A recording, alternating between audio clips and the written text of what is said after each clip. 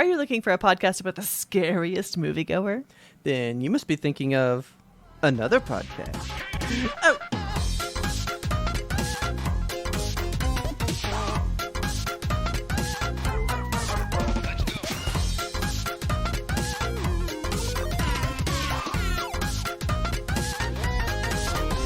It's time.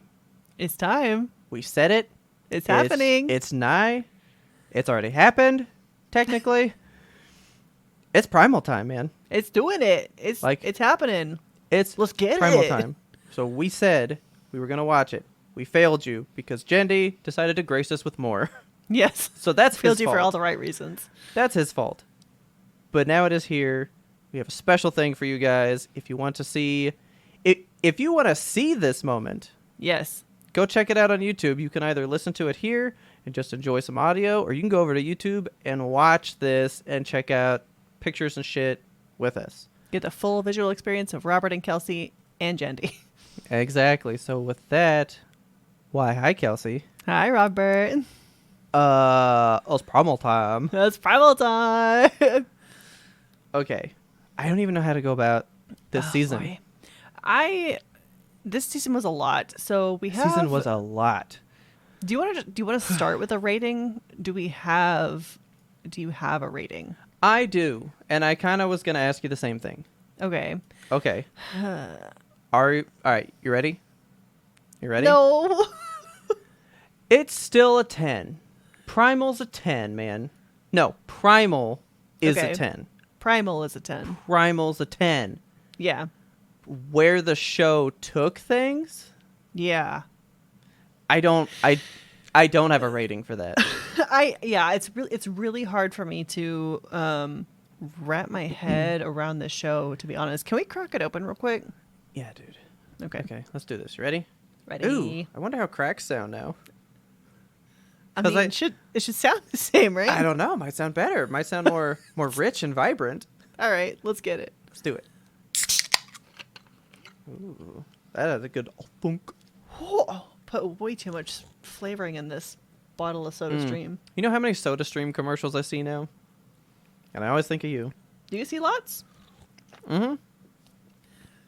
The Like- aroma coming out of this bottle is like NyQuil. Hey, don't put it on any chicken. Okay, put that away. Okay, I don't know if I want to get into it. I think I just have to say it now. Okay. Primal's a 10. Okay. I was so lukewarm on this season. I'm done with Primal. Done? Like done? Oh, I'm done with Primal. I don't think you're done. I think I'm done. Well, okay, so I think I'm done.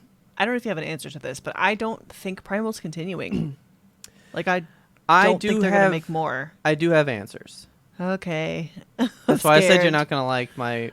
I have read everything that as soon as it was over, I've read everything possible online. Okay, I'm the opposite. I have stayed away from it. Jendi has been asked everything you can ask, and I will have a response for you. Okay. So when we get there, we can get there. All right. So with that out of the way, you didn't give a rating though. You're like a... I don't know. Are you below a 5? No. For the season. For the season. Okay, for Primal as a whole, we can both agree that Primal is a 10, right? It's a 10, man. Tip to tail, 10. It's a 10. This season graded on me in ways that Primal has not graded on me before. For me, I wasn't even graded on. It's solely the end. That's my only thing. Okay. I think we should just dive into this. Let's dive in. Okay, so we start with our first episode, which is Sea of Despair, right? Sea of Despair, yes. I'm trying not to look the shit up because I love Primal so much. I want to remember it. I want to know it deep in my soul. I told you before we recorded, because we went and saw a movie that we will get into later.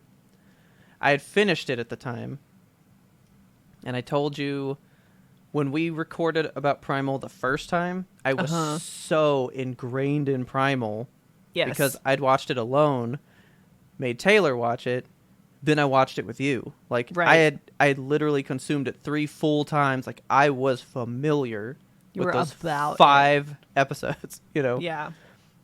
I have not revisited a single thing from this one. I watched it 1 through 10 in a row in a day. In one? I had to know. Okay. And I got done with it. So when we leave off in season 1, he meets Mira, which is the first like other person he has seen in forever. Yeah. Besides his own wife. And she gets taken by the scorpion people. And he says a word for the first time, and we're left with like, uh-oh, what's going to happen? Yes. So this season opens with what I thought was kind of one of the best things ever. He's chopping down trees, and Fang's like, I can break trees. I guess we're chopping trees down. So it starts like biting and kicking trees apart. I love that. And then they get on a raft, and they set sail to find Mira. I love this episode. I do too. This episode the visuals for this were stunning. I was like, okay, God. Primal is back. Yes. Because I was worried. I'm not going to lie. I was concerned that we weren't going to get like the same vibe. And this episode really sucked me back into the world. I was like, okay, here we are. Absolute beauty. Just incredible shots. We got overheads. We got side views. We have this deep ass ocean. Because this whole episode is basically just like Fang and Spear at sea. They're on a little raft, and that's it. That's it. For me, it's the music in this one. Like, I think we'll have a moment later, which is this same part, I think, but like when the moon comes out. Yes. There's these fucking drums. It's just like boom, boom, boom. Like Oh, they're just so banging, good. dude. Yeah. The music pulled me through this entire episode. Completely. I love this one. It was so good. Yeah, I was entranced. Like, look at these wide shots of the sky. Incredible pastel, like, oil-looking paintings. I was like, this is amazing. And I hate the shit because it's like you're so lost in the open, man. yeah, that's actually, like, one of my major fears is being lost at sea. Like, there's a movie where it's just these two people that are, like, literally bobbing out in the middle of the ocean, and that's the whole movie. And Open I can't water? watch that. Was that it? They're like lost at sea because they got left on a scuba diving trip or something. Yep, open water. Yeah, that fucks with me. I can't with that. Like, that sucks. That's one of the worst things that could ever happen to me. Do you have thalassophobia? Oh, yeah. Okay, yeah, that. I don't do that. I shit. don't go in water that I can't see the bottom of. I don't. I barely go in water I can see the bottom. I don't fuck with water, dude. I don't. Yeah. I don't get wet. I don't do that. I'm not. I'm a Cancer. Oh, I you're am a water sign, aren't you? I am a water sign. I fucking hate that shit. What's the matter with you? I'm a crab, baby. But I'm living on the sand, man. I don't go in there. But yeah, like these shots, man. Like look at his moon. I was yelling when this moon rose up. I was like, ah! I can see you just just getting Primal. Kept coming. Yeah. Like, I can hear this moment. Yes. Like, it was just so good, dude. This whole first show came out swinging. It did. Yeah, it came out very strong. Yeah, it did. I just had to throw this one on there. I love this fucking dinosaur to the ends of the earth, man. I know. She's just the best. Fang is perfection incarnate, dude. And I just love her little tongue, man. Little sad tongue. I mean, they're so dehydrated at this moment. It's hard to like appreciate their cuteness right now. But okay, Taylor brought up a question because we see them getting dehydrated and all that shit. And so she was like, "How did pirates stay hydrated? Rum? Yeah." I was like, maybe they had barrels of fresh water. I don't know. I don't think so. But that's why like pirates and rum are like a stereotype, right? Well, I just thought they like getting drunk. Not that that's their pure hydration form. I mean, I have no don't idea. know.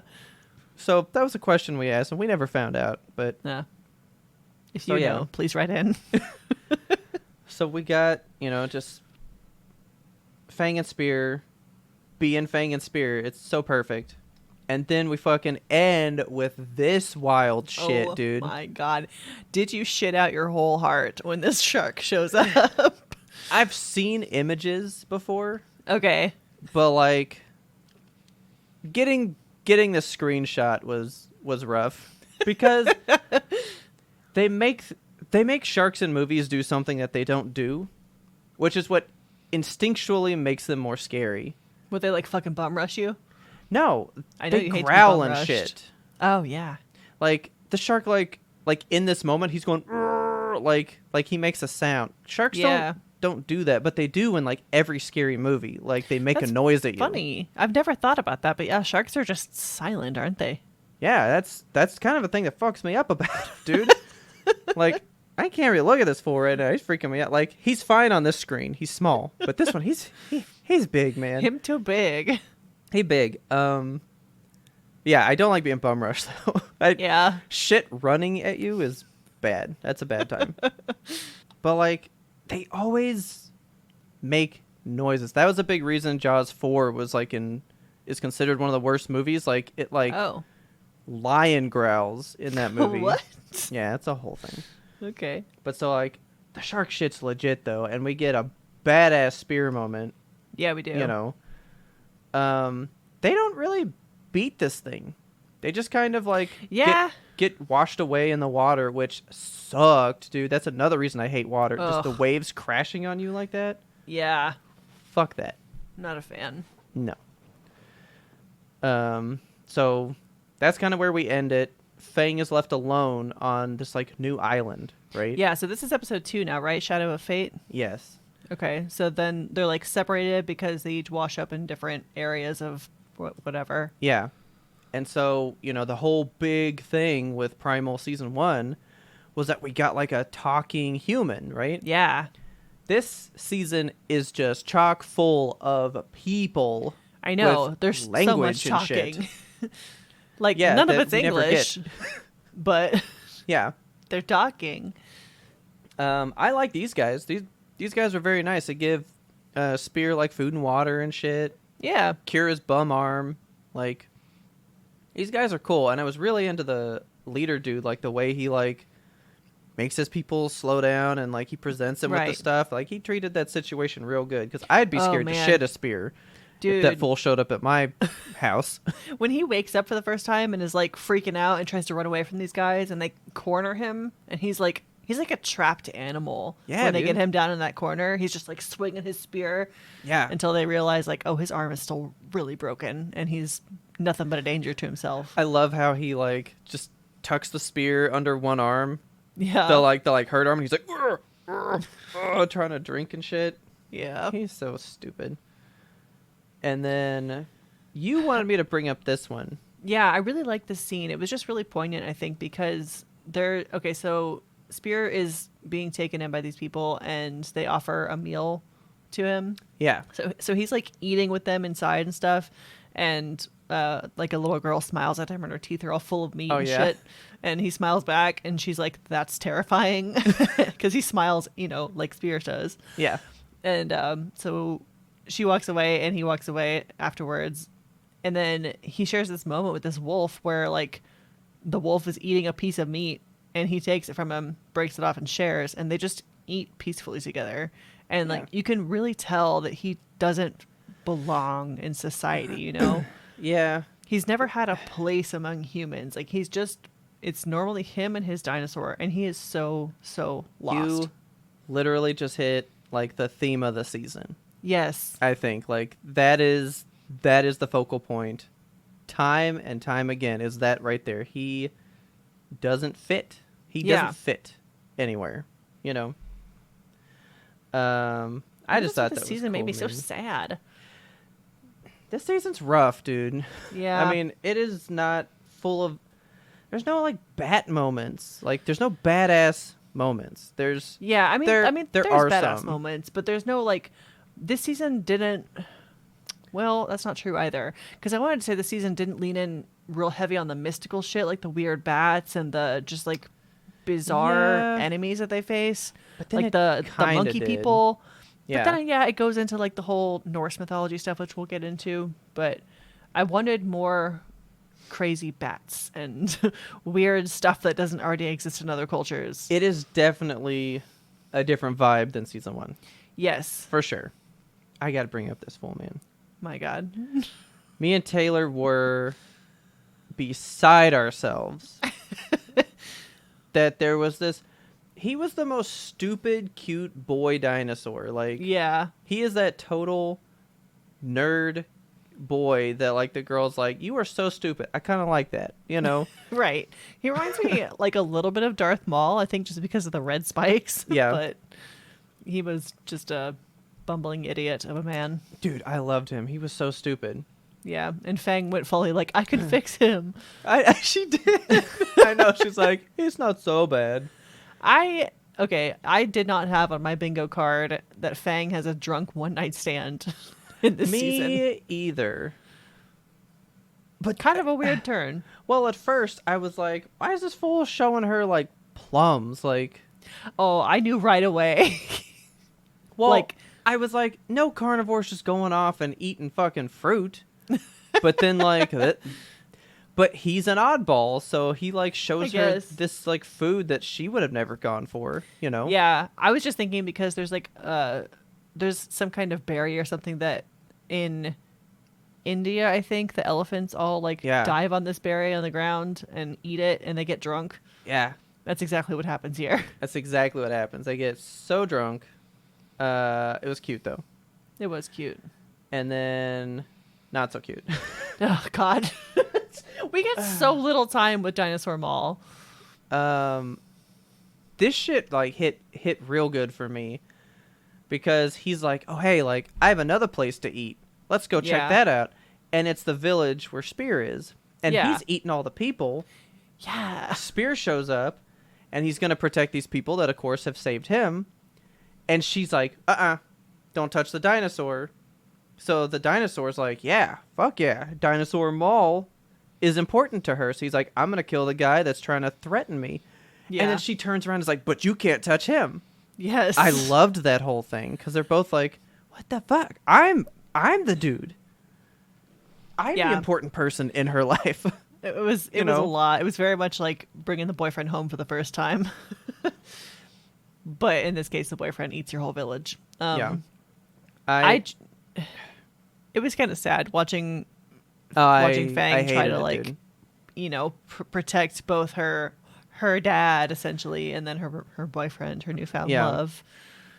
I hate that she like accidentally killed him. I know, it was horrible. She kicks him off a cliff and he fucking gets impaled. I knew the second she kicked him off the cliff, and I was like, that's not going to be good. And then the blood spurt comes up over the edge. I was like, that sucks. I hate this. I mean, would you say this has probably been 1 to 2 days? Or do you think it's been like a day? No, I think that like last night they got drunk and had the berries, and today he's dead. So she met him that morning. They eat the berries later that day. Yeah. The night comes, and then boom, we go to like, I killed you the next day. Yeah. Okay, so it's been like 24 hours. That super sucks, dude. Yup. So that's pretty much where we end there. They just like leave the... Can you imagine being the people? You meet a guy and then you get attacked by another dinosaur. Yeah.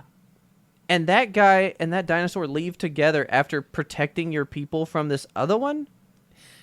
They're probably like, what the fuck just happened? Real bizarre times in this little village.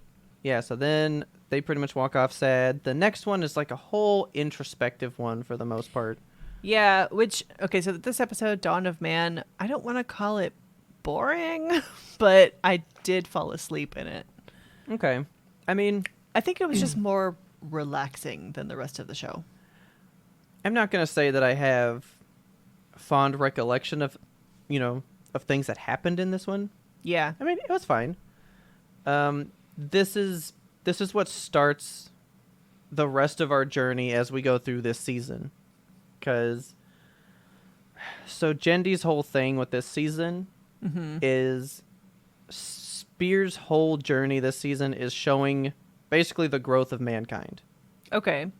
Like, he is this like caveman, but he starts to question himself as a human being throughout the whole season. Yeah, he's really trying to find his place in things because he's spending all this time going society to society being like, how do I slot in here? And he doesn't. Like, most of the societies, they either don't know how to deal with him or they actively work against him. And he's just like, what am I supposed to do? Me and my giant dinosaur. How can we just peacefully coexist with these folks? Yeah. So he has classified Primal as a pulp show. Okay. Meaning like it's, it's all for fun. Dinosaurs and humans were never on the planet at the same time. But we're having it here. Now, this is grounded in science and kind of the premise of the season story. Spear is a Neanderthal. Okay. Mira is a Homo sapien. Oh, okay. There is new science that came out like a couple years ago that did show some Neanderthals and Homo sapiens did mate. Oh. So that's kind of part of the idea, is this like continuation and growing of the human species as a whole. Okay. Which we'll get to when we talk about his dad and shit later. Yeah. Because his dad is full-blown Neanderthal. Yeah, he looks like a monkey. Yeah. So yeah, we kind of see him look at cave paintings for the first time. Yeah, and he has this like realization, like he feels connected to something for the first time ever, kind of. Yeah, I loved that. And then it's him just like seeing different moments from these pictures, but picturing it out in the real world. Yeah. Which was tripping me up a little bit, because I was like, is he really seeing this deer? No. Is he really seeing this village? No. Okay. And then by the end of that one, he has made it to wherever it is he's going. Oh, so he gets attacked in that cave by like Vikings, straight up Viking dudes. Right. And he follows them back home and finds Mira. He finally found what he's here for, why he sailed across the fucking ocean, dude. Yeah. On a Look at the raft. way he looks at her. I love it, dude. So I was trying to like piece together the fictional geography of it all in my brain as I was watching. So are we led to believe that Spear like started in what is modern day America? Because he sailed Maybe forever so, and wound up where? Because we eventually get to kind of Egypt-ish. Dude, I don't know, dude. I mean, he might have gone from just like an England area down, because Vikings traveled quite a bit. They didn't just stay in like Sweden and Norway and all that shit. They spread out amongst Europe. Okay. So maybe they spread further down towards Africa, because yeah, we meet a straight up like whole Egypt group of people. Yeah, and there's like African tribes and shit. They go to like Rome place. Like they do. They go to a lot of shit. Yeah, there's a lot of traveling to different cultures in this one, and it was kind of a jarring experience as compared to the first show when it was just, it's two people. Yeah. Yeah. Like there's so much civilization in this one. I think that's the vibe that I really missed in this season. I just wanted like tales of Fang and Spear. I didn't want the rest of it. I almost didn't care about Mira. It was hard for me to come to terms with like there are more people in the show now. I kind of want just a... You're going to hate my Gendy quotes then. Okay. So, we're going to get there. That's going to be after the end. All right. So he meets Mira, and then we go into episode 4, which is almost a highlight for me. That's pretty much like one of the top for me. This because one that was so... they gave me the bloodbath shit. Like it was so over the top violent, and I know that when Jenny was first talking about the show, he's like, I promise violence. And I don't know that you expected this. Yeah. So when I think of violence in the way of Primal, I think of like we're killing these things because they're trying to kill us, or we have to kill this meat to survive. Like the mammoth episode, there was weight behind the things that they killed. Okay. And for a lot of the Viking stuff, it really felt like senseless violence to me. And it was hard for me to really get behind the story at this point. Well, I mean, he didn't kill them for no reason. They were coming after him. Yeah, they but why were they first. coming after him in the first place? Well, now, see, that's why we're leaving Primal behind, because it's not like a one-note survival in the world. Yeah. He just freed all of their slaves. Oh, right. Okay. He freed their entire workforce. And, I mean, if Civil War is not something that we think of, like, we know what happens when you do that. Yeah. Like, people don't react very nicely. So yeah. they were trying to capture them and he was trying to stop them from getting to. Spear don't give a shit about them. Yeah, he doesn't. Only cares about her. Yeah. And so they were pretty much just like, well, I want my slaves back. Also, why is there a fucking dinosaur here? Let's get rid of this shit. We're on bears. Yeah. Bears do rule ride in this on, land. like, a bear army, which is insanely cool. So they strike first, and then because they're Vikings, it's like everybody in fucking town. My God, literally everybody. Women Everybody and children in town, alike. Like, I guess I didn't know Vikings were so Sparta, kind of. Like, they fucking are strap up, man. Like, all ready to fight no matter what. yeah. They, like, I can't speak historically, but in the way that they're portrayed in media, like, they're just ready to fight at all times. They're trained. They're good to go. Like, you can't tell me this show or this episode was only senseless violence, because this lady came out with a baby to kill him. I know. She's like a fucking baby Bjorn strapped to her, and this newborn child is screaming on on her chest here. And then, we just kind of see this lady who's super imposing, just this badass lady Viking come out, and she's like, "Oh, I'm gonna put a stop to this shit."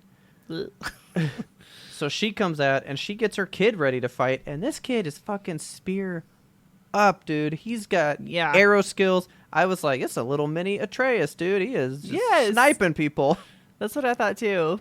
How is Spear not gonna fucking lose his mind? When we were cutting out shots, we were commenting on, she threw a fucking axe into Fang's leg from like across the village, and then like she falls and people just ride by slicing her up on the side. That was so hard to watch. They just run by and like hit her with axes over and over and over. I was like, this is fucked up.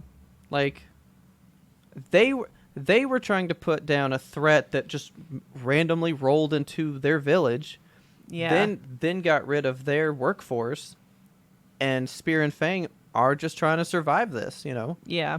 So I get it. So it is still like Tales of Survival, but it's told in such a different and more modern way that I don't think I was prepared for. Yeah, because now it's a complex survival. Like, like now we're getting into right and wrong of like society and morals and that kind of shit. Like, do we feel bad for the Vikings because he wiped out an entire fucking village? But they were enslaving people. So like now you get bigger questions than, well, this pterodactyl was trying to eat us and I saved my life. This old mammoth lost his pack and I just needed to get warm. Like, those are different ideas, Right. So he's fighting all these people, and dude, I hated this because like he sees this kid and Spear actively tries to avoid hurting this child. He does. Yeah, he goes out of his way to like not injure him in battle, and this kid goes feral. He goes primal on him. He's trained to do this, man. And he leaps on him and is like clawing at his eyes, and Spear and the Fervor just kind of like grabs him and flings him off, and this kid busts his head open on a rock and dies immediately, which I'm glad that they killed him immediately, because my God, if he had suffered and had a whole scene like in Berserk or something. Unlike Berserk, I would have been messed up. That part kills me because you see Spear's like immediate like fuck, like that's not what I was trying to go for, and he's deeply hurt by that. Definitely, he was not okay with that. And then the red mist comes in, man. I just love the visuals of this. This is a cool shot. It really is. And I was wondering like what it was. I was taking the red mist to mean like the mist of all the bloodshed. I know, me too. And then this actual physical red mist rolls in. I was like, oh, something different. Yeah. So then he proceeds to basically kill everybody in the village. Yeah, Spear and Fang just like rally up and they slaughter the whole village, the entire village. I mean, I was about it. Don't get me wrong. But that's a lot. It was a lot. And so then it kind of like cuts to like this guy and this kid in a boat, and they're coming home, I guess. Yeah. And you see them like do their little horn, and like nobody comes to the dock. and they're in that red mist. And you're like, oh, they just went where Spear and Fang were. Mm-hmm. And it's people that lived in the village seeing the aftermath. Like, we cut from, like, them in battle to, like, oh, they've been gone for a while now. Yeah. And these like, people are just coming home to what's left. They just come home and everything's dead. Everything and everyone they've ever known. Their whole village is burned down. They have nothing. I'm taking him as, like, the chief. Okay. I think he was head, and that's why his wife was, like, the big bad in charge lady. Yeah. They did follow her into battle pretty much. Yeah, so I'm thinking he's the chief, and she was, the chief's wife. Yeah, and so she was leading while he was off doing whatever with their oldest son. Yeah. And now they've all died. So him and his son basically, like, funeral pyre everybody. They, like, make, like, a tomb. They do, which that part was really cool. What do you call those? It starts with a C, right? Catacomb? Is it a catacomb? I guess I would call it a tomb. Yeah, okay. Yeah. Yeah, they make a tomb for everybody but his wife and his youngest kid, which is the kid Spear did throw against the rock. Yeah. And that Viking funeral scene is... I fucking loved it. It was so emotional. It was very good. That was like pure Primal for me. Yeah. Because it was all about the feeling, and I got all of it with nothing. It was great. Loved it. So they just burned down everything they've known and set off on a course of revenge. And then we get episode 5. Yeah, okay. So the Primal theory. This was such a weird little break. I guess you kind of needed it after the Red Mist. I don't know. It was just such a... Because it was so much carnage to palate cleanser? Yeah, like this is just like a little piece of ginger after that really spicy sushi. Okay, yeah. So the Primal theory was a bizarre episode. You cut to like these Englishmen in 1890 and they're just talking about birds and shit. And I was like, what is this going to be? Yeah. So you had compared this to something akin to the Breaking Bad Fly episode. And I was like, okay. Yeah. And I was not even feeling it because it's just these guys talking about like the theory of where we come from as human beings and stuff. And suddenly a madman is on the loose and there's a whole murder happening in the mansion. So there's this like big, beefy, like animal looking dude who's escaped from a nearby insane asylum or something and comes in to slaughter everybody senselessly. So they're all just kind of like get away from him. And the whole time I'm thinking like, are we supposed to correlate this man with Spear because he looks like Spear? See, I thought one of the Englishmen looked like Spear. Okay. And so I was like, oh, is this like Spear's like super far descendant or something? And this guy's going to go like buck wild. And a different guy goes buck wild. Yeah. So I was like, I guess I read this wrong. I don't know. Yeah. So by the end of the episode, like the proper buttoned up English gentleman is wielding a spear over his head in the rain, like screaming, yelling, and is going to kill this man. Like he disembowels him in a way that is really weirdly animated. And like I say weirdly, it's beautifully disgusting. Yeah. I liked the way this ended just because it kind of turned what you were thinking on its head. Like this guy is the primal one, not the beastly man who's escaped. Yeah. So the whole thing was he's like, well, I have a theory, the primal theory. Like we come from cavemen and all this stuff. Like it's instinctual, even though we're learned men. Push comes to shove, we will revert to our instinctual being. Yeah. And this guy tells him that's a load of horse shit. And then at the very end, he's the guy that goes fucking primal. Yeah. And I was like, if this episode doesn't end with, told you so, I'm going to get mad. And that's exactly how it ended. And I was so happy. Yeah, I do like the fact that the scholar is on the ground. He's like, see? The primal theory in action. I told you, I'm so smart. I love that. I laughed so hard. It's exactly what I wanted from the end of this one. Yeah, this was a weird little episode. I guess it is just kind of the break in the story, kind of like the episode 5 was last season, how they had the whole like zombie episode. Yeah. But that one was just more carnage, so I don't know. This one felt way more removed from Primal than I expected to get. I think this is a taste of what Gendy's wanting to do. Oh no. We'll get there. But like I think this was a palate cleanser, but I think it was also his dabble into what he's thinking. Okay. So we'll come back to it. Okay. I mean, I like this one fine, but at the end of the day, what are we here for? Fang and Spear. Yeah. So that's what we're here for.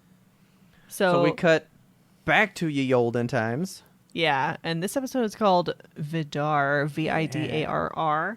I had to look this up. I don't know if I'm pronouncing it right, but it is the name of Odin's son who killed Fenrir, the wolf that's supposed to bring apart the apocalypse. Okie dokie. I thought I read somewhere that it stood for revenge, and I was like, I'll speak Norse. I don't know. I don't know. Yeah, I got to take people's word for it. Yeah. So this one is basically following the dad and the son of the Viking village, catching up with Spear and them, and basically trying to kill them. That's like the whole premise of this whole show is them trying to enact that revenge. Right. And they fail. Spear and Fang get away. And he like has these visions in this fire that you were very drawn to. You were like, get this guy. I know. I love this guy so much. Like, I was kind of like nonplussed with this episode because I wasn't super attached yet to the idea of this man needing his revenge. Yeah. I don't know. I wasn't super invested in his storyline. So I was like, why do I care about him? And then this like horned man pops out of the fire and I was like, now I care. So... I mean, I was hoping he was going to be like a momentary piece of the story. Like, all right, here's a problem for one episode. Yes, that was the thing is this season did not have one episode problems. They had an overarching whole situation that was going on. Yeah, like I'm into the mammoth problem. Yeah. River of Snakes, the snake problem, the bat problem. Like we had like the monkey problem. Like we encountered it and we took care of it, right? Yes, Monster of the Week. It's kind of what I was wanting from this. Like, I want to see this guy feel really bad, trying to get his stuff, and maybe somehow Spear talks him into, like, leaving them alone, and, like, he gets to understand, they were just trying to survive, and they walk away. That shit don't happen. Right. So, he's consumed with this idea of revenge, and then I'm pretty sure our next one is the happy moment. Oh man, Spear gets wind that Fang's making a nest, you know? Oh my god, I forgot about this part. Jesus. It's time to have eggs, man. Did you see this part coming? Were you as taken aback as I was? Me and Taylor were like, well, I mean, they're not going to show it, and then they showed it. Like, I didn't even think that she would be pregnant, because in my mind, I was like, they didn't have, like, dinosaur sex, so they would have shown that or something, probably, right? So, remember how I told you headlines, like, ruin stuff for me? Yes.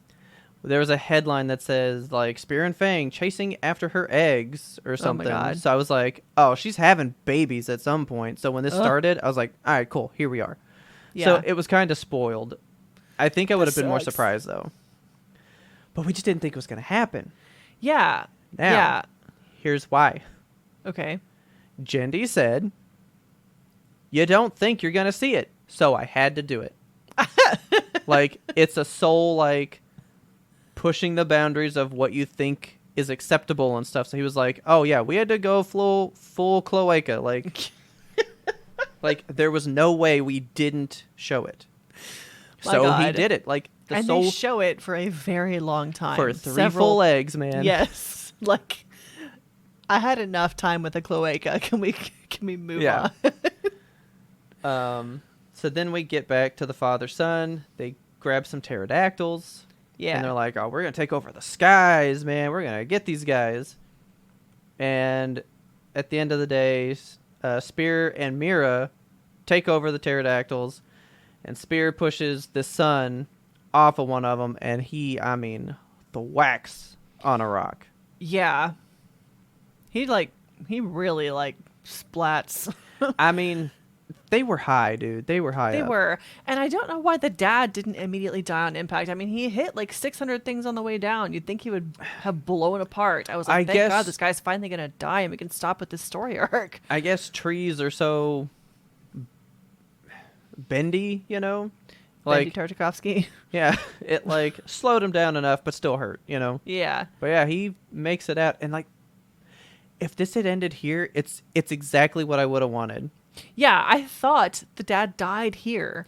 Yeah, he can't overcome Spear and Fang, and he slips into the water, and you're left with that sadness, and you're like, damn, Spear and Fang kind of fucked that up. Yes. But it doesn't end there with this motherfucker, doesn't. Dude. He just keeps going. He's like the Energizer Bunny, but a Viking. So then we go to the next one. So what was this one called? Number 6.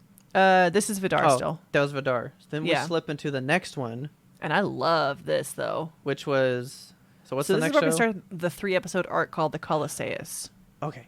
Is that how you say it? I could don't not know. figure out how to say this fucking word. I looked up this word, and so it basically just means like gigantic, huge, larger than life. And I think it's the name of the ship that they go on to. I was like, why couldn't we just say the Colossus then?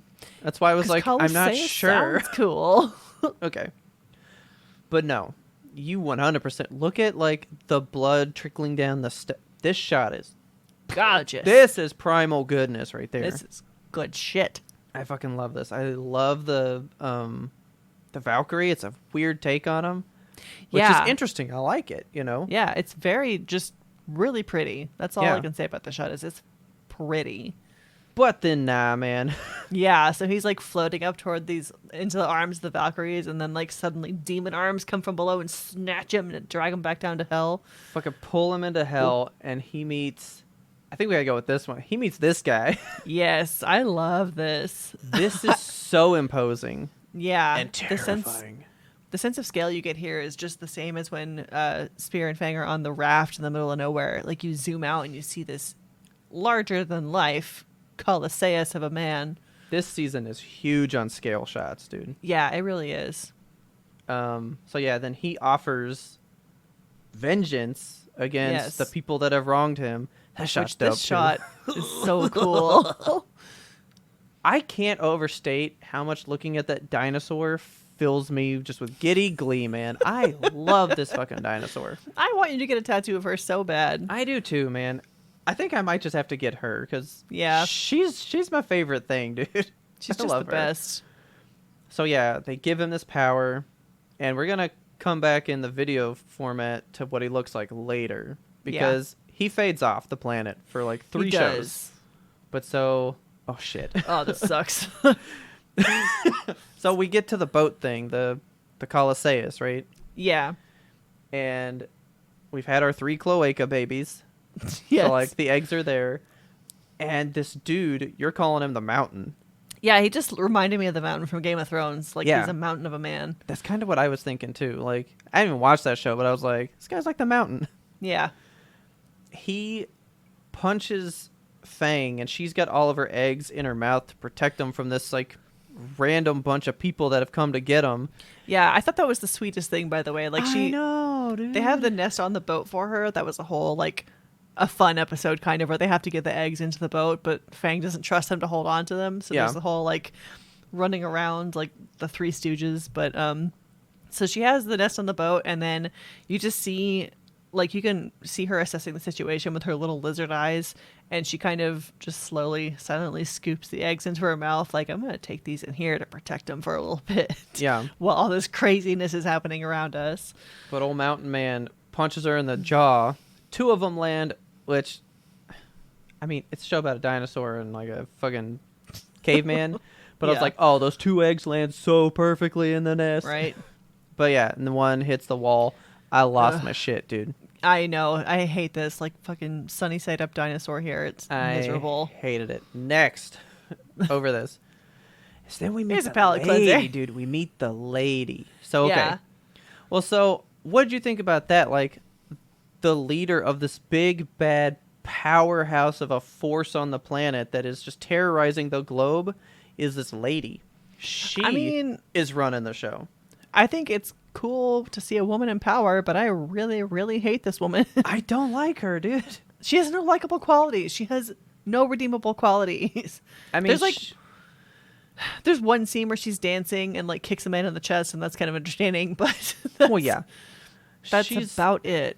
She is the villain that is bad to be a villain. Yeah, like this is. Yeah, we get no backstory on her. We get no motive. She is this imposing, I want what I want, and I have the will to get it. The minute this little like jaguar baby showed up on screen, though, I was like, I want 30 seasons about him. Like, oh, this is all I want now. And then you never see him. Like, okay, so you do. Well, the leopard like grows up quite instantly. Well, so that's my thing. What's our time jump? A year? I don't know. You think? So, yeah. So after they get captured on the ship, we're losing the plot, or I'm losing the plot. After they get captured on the ship, they go into the Colosseus, and then they become kind of mercenary slaves, kind of for her, right? Yeah, because she's holding things hostage from her warriors to force them to fight for her. Right, and that's just horrible. So she's taken Fang's eggs. Yeah. And then the mountain, he's got a daughter. Right. Which I am so in love with this dude and his daughter. I know. This is the only thing I care about in these 3 shows. I really hate that they made him kill one of her babies and then immediately made us care about him. I was like, I don't want to care about this man. Yeah. That sucked. That's like his whole thing, though. Yeah. Man, I totally forgot what I was going to say because this is too much. God, there's just too much. Too much emotion. The time jump, right?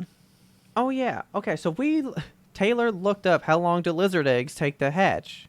Okay. And like the longest version's like 4 months. Okay. I don't think that... Do you think that little like leopard would grow up to the size it was in about 4 months? I mean, cats grow pretty fast. He was like a straight up like a leopard. Yeah. Like, it feels like so much longer, but then we were like, well, it can't be a year. You think she's going to sit on eggs for a year? That sounds ridiculous. Yeah, that's... I have no idea what the time jump was. I was like, this has been a long time because they did the the show is ridiculous, but... Yeah. They do the thing where they show them fighting as mercenaries over and over and over. It's just that I'm going to be honest, it bothered me a little bit. It felt like lazy animation where he just was like, let's take this scene and then superimpose it 3 times just to, invoke the idea that time is passing. I liked it because it felt like, look at how monotonous this like fighting has become for them. It does like enforce a tedium. Yeah, like you feel like, because then it always cuts to them going to like that giant bath to like bathe and like heal back up. Like, yeah, I do like that at the end the bath is just blood. Oh, I know.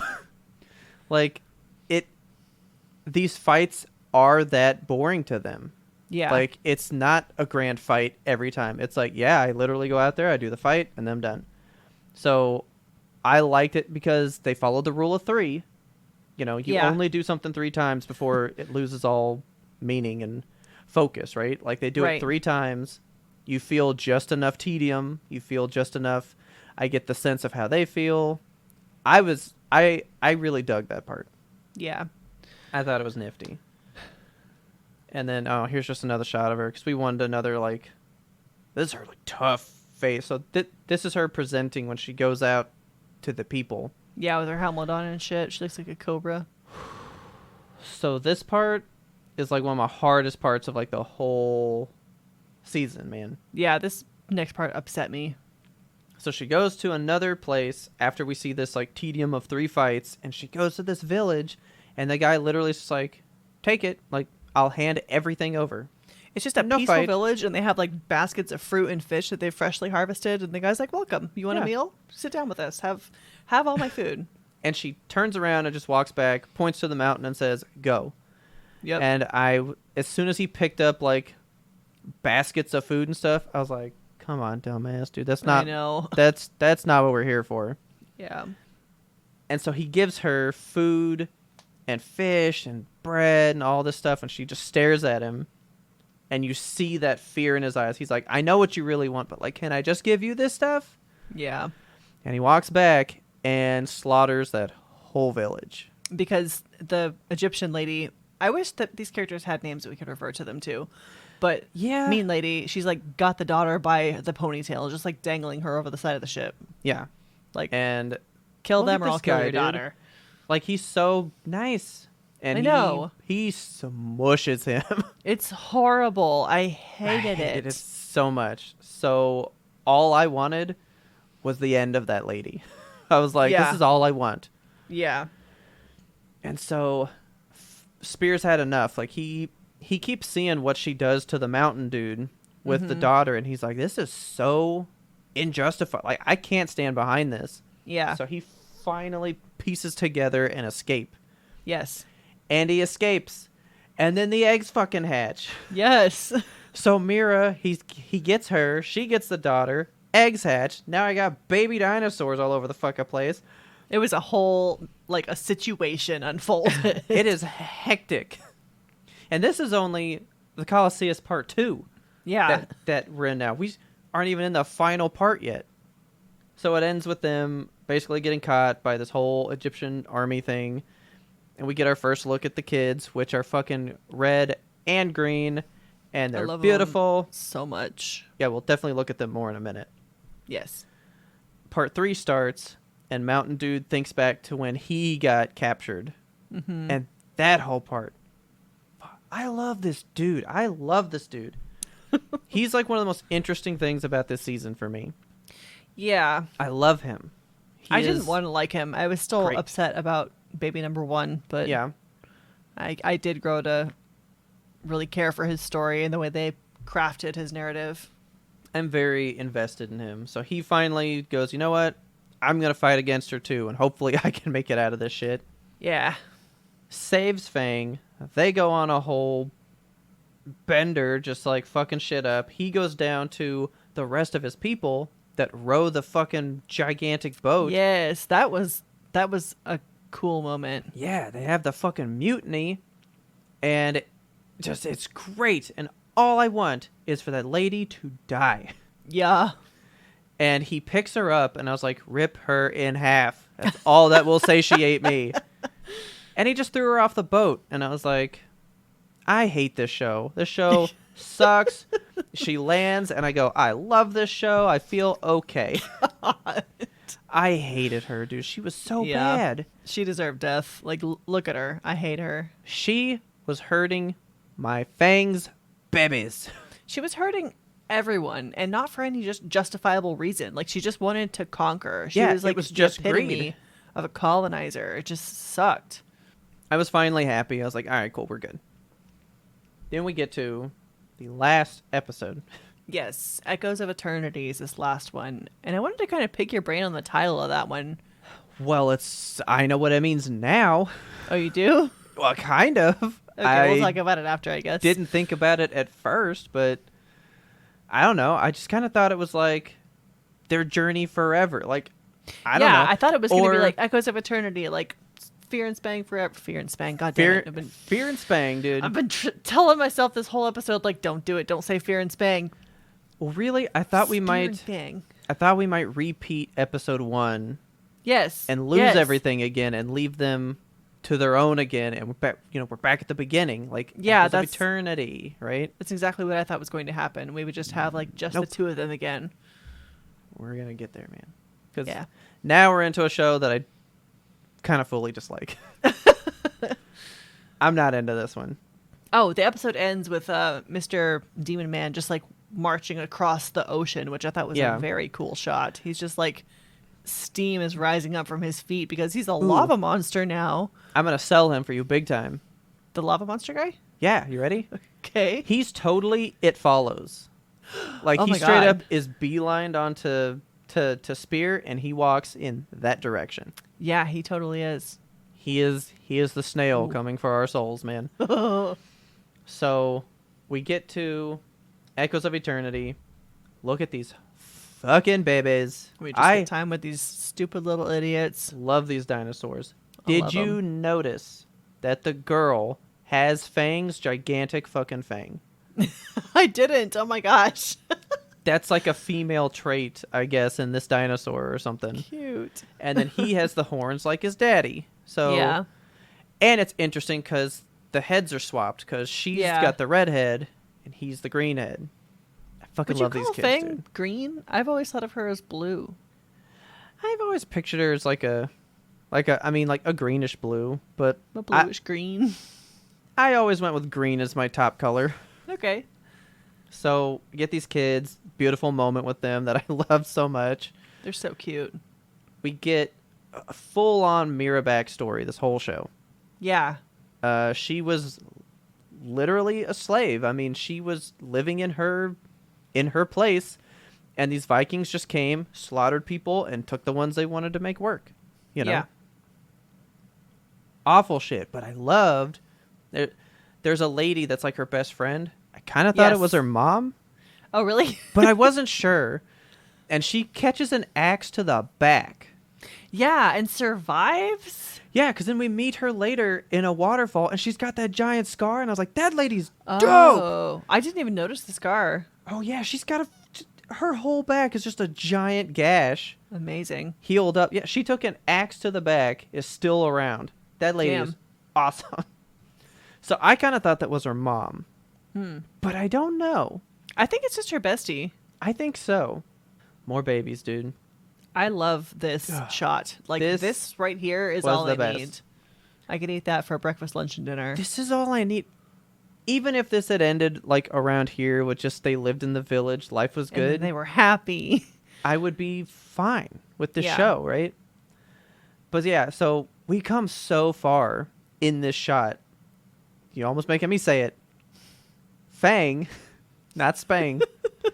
Fang has full-blown faith in him to be like, hey, take my kids in the morning. And he just opens up an arm, cuddles them right up. Old Uncle Spear. I fucking loved it, dude. And then, you know, he's kind of like being with like Mira's people. He's kind of seeing how things work. And earlier in the Dawn of Man one, when he sees the cave paintings for the first time, he thinks about her like praying to the moon. And he attempts it, but feels embarrassed. Yeah. And then he does it with her at this moment. And they do her little moon prayer ritual thing together. And he feels somewhat connected to something. Yeah, he feels like he's part of something. Like, you can see his soul kind of open up a little bit. Yeah. And I have a comment to say, but we'll save it for the end. Okay. Because right here is where a certain thing should have happened. I think you know what I mean. Yeah. Yeah, that's where a certain thing should have happened. But it didn't. And I have a reason for that, and I hate it. All right. So then we kind of go to like a party. They're celebrating the fact that like he brought her home, and they're doing like all these masks and these dances, and I love the sun and moon masks. Like I was enraptured with those. Those are so cool. I thought he was going to be more into it, but he's sitting there and he sees Fang and her kids up on the cliffside, and he's like, I really belong there. So he goes and leaves this party to just sit in the cold with them. Yeah. And he just goes to sleep. So the next day, Mira's like, well, no, you do belong here. I'm going to give you a house. Yeah. So he gives him a house, and Fang takes that over immediately. It was the best. She just walks through the door, makes a giant fang-shaped hole in the wall. I was like, they can just widen this doorway. That's probably fine. They can fix it. And God, I just knew something was fucking wrong with him. Yeah, he looked depressed. Like to put a caveman essentially in a home in a village, it's like you can take the caveman out of the cave, but you can't take the cave out of the caveman. Yeah. And so this episode actually begins with him and his dad. And there's this whole thing of like, he used to lead a village. His dad was like, I don't want to say chief, but he was like leader of this group of Neanderthals. Right. And he dies, and Spear is given that in front of Spear. And that's the first time Spear like goes primal. Yeah. And if we notice, he looks nothing like his dad. Nothing. Like this is where Gendy's whole like transition of man comes in. Like his dad is clearly Neanderthal. So his mom must have been something different because he's like a hybrid, you know? Yeah. He's like that mix between. And so he's like the midpoint between two types. The missing link. Yeah, he is. Like he's like the middle of both sides. He can understand the deep thought, but he is still so out of place from a society standpoint, you know? Yeah. And so he kind of just has this whole introspective thing. And now him and his dad used to do a type of cave painting. They'd like put their hands on the wall and blow the dust on it, and make handprints and shit. That was so cool. Yeah. I'm like, I want to do that. I know. So then he basically paints his entire life onto the wall of the house. Yeah, like he starts at the beginning with like you can kind of see behind Fang there. It's the two dinosaurs that he fought off of her babies in the beginning. And then like he's there meeting her, and then we have Mira and the scorpions and the ship and the village. And it all comes over to the end on the right here where we have Mira and the two babies standing with Fang. And then like quite a distance apart, you see Spear standing alone just with his spear. Yeah. All by himself on the far right side of this. So my intention was that he felt like everybody was safe and he was just going to leave.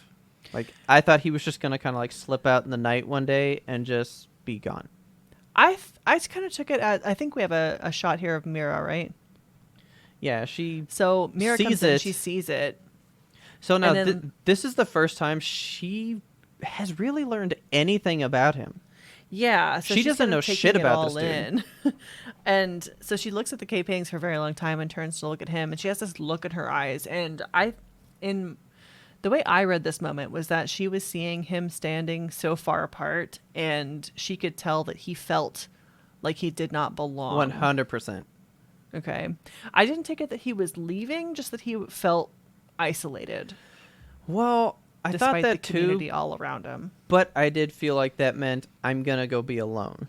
Like, yeah. I felt like at the end of the day, he feels alone, so I should just be alone. Right. I really thought he was intending. I've seen some theories they're like, well, it's him looking. That's his protector role. He looks out and is seeing all the things that I need to protect. Like it's his distance of like I'm looking at my flock kind of thing. Okay. And that's a nice one, but that's not what I really think it is. Okay. I would prefer that. But I feel like it's just sad. Yeah. So yeah, she learns about him in this moment, and I'm going to go back to my other thing. God, for as much as he likes her, I don't think she has ever seen him as anything but a means to get home. I don't think she cares for him in any romantic way. I think that he loves her in a way. Definitely. Yeah. I don't think she reciprocates this at all. I think 0%. She's happy to see him, like you said, like as a means to get home, as protection, as friendship, as a partner, but not as a romantic partner. I think this is a total unrequited love situation. I don't think she has ever thought of him in anything more than like, you're that dude that saved me. Like, we're cool together. Yeah. And that's it. Right. Even in this, seeing his story, I don't think that sparked like, what an interesting man. I think I like him. I think she was just like, well, this dude's fucking wild. He's done some shit in his life, you know? Yeah. And then, fucking home dude shows up. Now, okay. Here he is. Mind you, you ready? Yup. This moment right here, I paused it and I go, there are 6 minutes left of Primal Season 2. I did the exact same thing, Robert. I was like, how are they going to fit this? I thought they were going to cliffhanger it and we were going to get a Season 3 with like 100%. A big ass fight. 100 fucking %. And it, ooh, yeah, there's 6 minutes, 6.5. I think it's like 6:24 or some shit. And I was like, we got 6 minutes. Let's go. I know. I was like, this is going to be a 6-minute fight. Nope. This is about a 30-second fight. Yeah. It was such a letdown. I want you to know it's widely known that Genndy Tartakovsky makes masterpiece things. Yeah. And everybody agrees he botches every ending. Oh my God. Because Samurai Jack is huge. It's considered such a masterpiece. Everybody hates the ending. I didn't know that. Like, people hate the ending. He did, like, that Clone Wars thing. People love it. Hate the ending. Like, he's known as having bad endings. Okay. I wasn't aware of that either. I thought he was just a badass. Yeah. But he's a badass that can't bring a close to things, apparently. Okay. Right here's prime example, dude. A primal example. So yeah, fucking dude shows up. He's got fire powers out the ass. He can just Quite fucking literally. like shoot fucking laser fire at you and shit. He's like fire incarnate. Yeah. He chases him up the mountain, turning into like a Jafar snake and shit. That was the coolest shit I've seen in my life. I loved that. Whips up the thing, has Spear and Fang trapped at the top, and literally sets Fang on fire, dude. It sucks. I hated it. I was like, this is how it ends. Fang fucking dies right here. I thought so many times throughout the series, I was like, Fang is going to die, and then Spear's going to have to raise these little dinosaurs on his own. I was like, Fang dies here, and I hate the show, right? Yes. Didn't happen. So cool. So instead, man. So instead, he sets Spear on fire, and he goes berserk. Yes. Dives through the fire because he's looking at Fang on fire, and he's like, "You don't hurt my fucking dinosaur." Yeah. And he leaps at this fool. Lion King moment. Dude. Oh, I thought that exact same thing. That's this total is Simba through the flames. Yeah. Like, it's so good. And then he people hate the ending because he basically just like falls off the cliff and slams this dude's head on the ground 3 times, and that's it. And that's it. I was upset at this fight. I was like, that you could have there's so many cool animation opportunities for you with a fire demon. Yeah, dude. You could have done so many things. So they just slam this fool on the ground. They land. Mira shows up, pats fire out on Spear, and I guess the demon dude is just like, you suck at killing people, and just rips him back, and that's it with that. I thought that it was kind of a thing like, the deal is done, and now I'm taking you back. I'm taking your soul. You got what you needed. That's kind of what I think. Okay. But yeah, he's like, all right, like, you did it. Yep. We're good now. And then I'm like, well, that's all right. He'll roll around. I mean, Fang He's just gonna be did fine. it. Fang is fine. Yeah. Not and fine. This dude is 3rd degree burned up. 110% of his body. All of it. 3rd degree burns. Look at this fool. He looks like beef jerky. Okay. I hate it. I was like, what does season 3 look like with this guy this way? Like, what do we do? What do we do from here? Right? Yeah. And basically, the shaman dude goes, he's done. Yeah, like he's everybody toast. leave. Can't fix that. Fang has to leave. She can't face the fact that her best fucking friend on the earth is dying now. So she leaves with her kids. And he can't even say Mira's fucking name. Yeah. And then she looks at the paintings and goes, man, this is a badass dude. I feel bad for him because he has nothing. Okay, so you and I took this part quite differently. So when she looks again at this painting and then looks back at the man and then looks back at the painting, I think she's assessing the painting. And she can see, so in the top here, in the top middle, there's a man and a woman holding hands. Yeah. There is 2 children and then like a dinosaur shape on the other side. Yeah. And then when you look down here in the bottom right, you have the man and the woman. You have the 2 dinosaur children and the dinosaur. And she's like, maybe he's leaving room in between us here to fill with children. Maybe that's what he wants in life. Maybe I can give him that. Yeah. Like, everyone's whole thing is she just doesn't want to see his lineage stop. Yeah, his legacy has to carry on. Yeah. So that's kind of the whole thing. It's not even because she likes him. I think just at this because now it's like a respect thing. Like, you are an amazing person. You shouldn't have to go out this way. I can do this for you. Plus, that's all he's ever wanted was another family. So she's giving him that with him not present. But like, can we talk about... But like what? Can we talk about it? Can we talk about it? This has become the most controversial thing.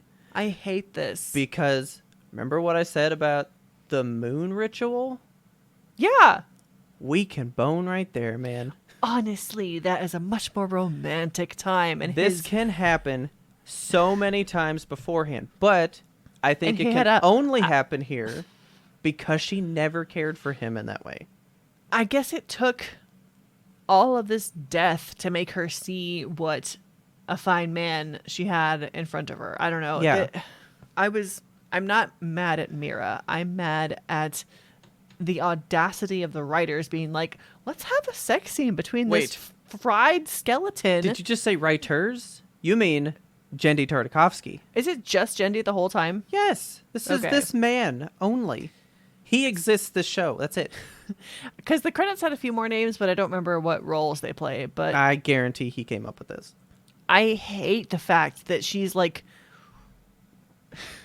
He's burned all over his body. All over it. Yeah. All over it.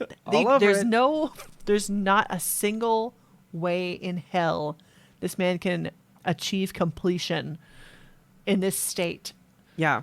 You get most people were like, he doesn't have a nose. You think he's got a dick? I know. I was angry at this. I was like, I'm going to shut off the TV now. I was literally just like, I was kind of mad at her because I'm not now, because it's not like she's giving him what he wanted. She's not in love with him in this moment. He's not getting like a romantic thing. Right. I just think this is a business transaction for her. I don't want to like shame a woman character for not loving a man who protects her because like she doesn't owe him that, you know? No. I just wish that this they'd had have been happened. so good together. I mean, yeah, sure. She does not owe him her body. She doesn't owe him a family. She doesn't owe him shit. Like, he's just there to help her throughout life, and friendship should be enough for that if they desire any kind of relationship. But at the same time, then to take it here from all that, this was such a weird leap, and I hated it. So a lot of people are like, this is exactly what Primal is. Like, what better ending can you hope for? He got a lineage, and it was real life disturbing at the same time. Like, they were like, this is what Primal's about. Is it? Because he could have just died and we're left completely sad.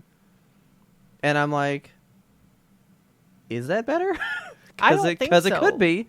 I would much have preferred, like, they have a romantic evening after the moon ritual, and then, like, we come to find out, like, if he dies during this, fine. And then later on we find out that Mira's pregnant, and, like, oh, no, he never knew his lineage. He died sad. That would have been interesting. Oh, no. I can make it so much worse. Somebody spilled it so good. What if they had done something previously, right? And right before Fire Dude shows up, there's a moment where she kind of takes his hand and puts it on her belly, and he knows, I'm fighting for my children's lives, and that's why I push myself to die in this moment. See? It could have been so much grander, but instead, it's almost nothing for him. Yes. He just dies. He just dies. But his daughter's dope. It's true. We get Spear plus Miro. We get Spira. I wish that was the name. Do you know what they call her? I don't. Does she have an official name? Yeah, I'm pretty sure.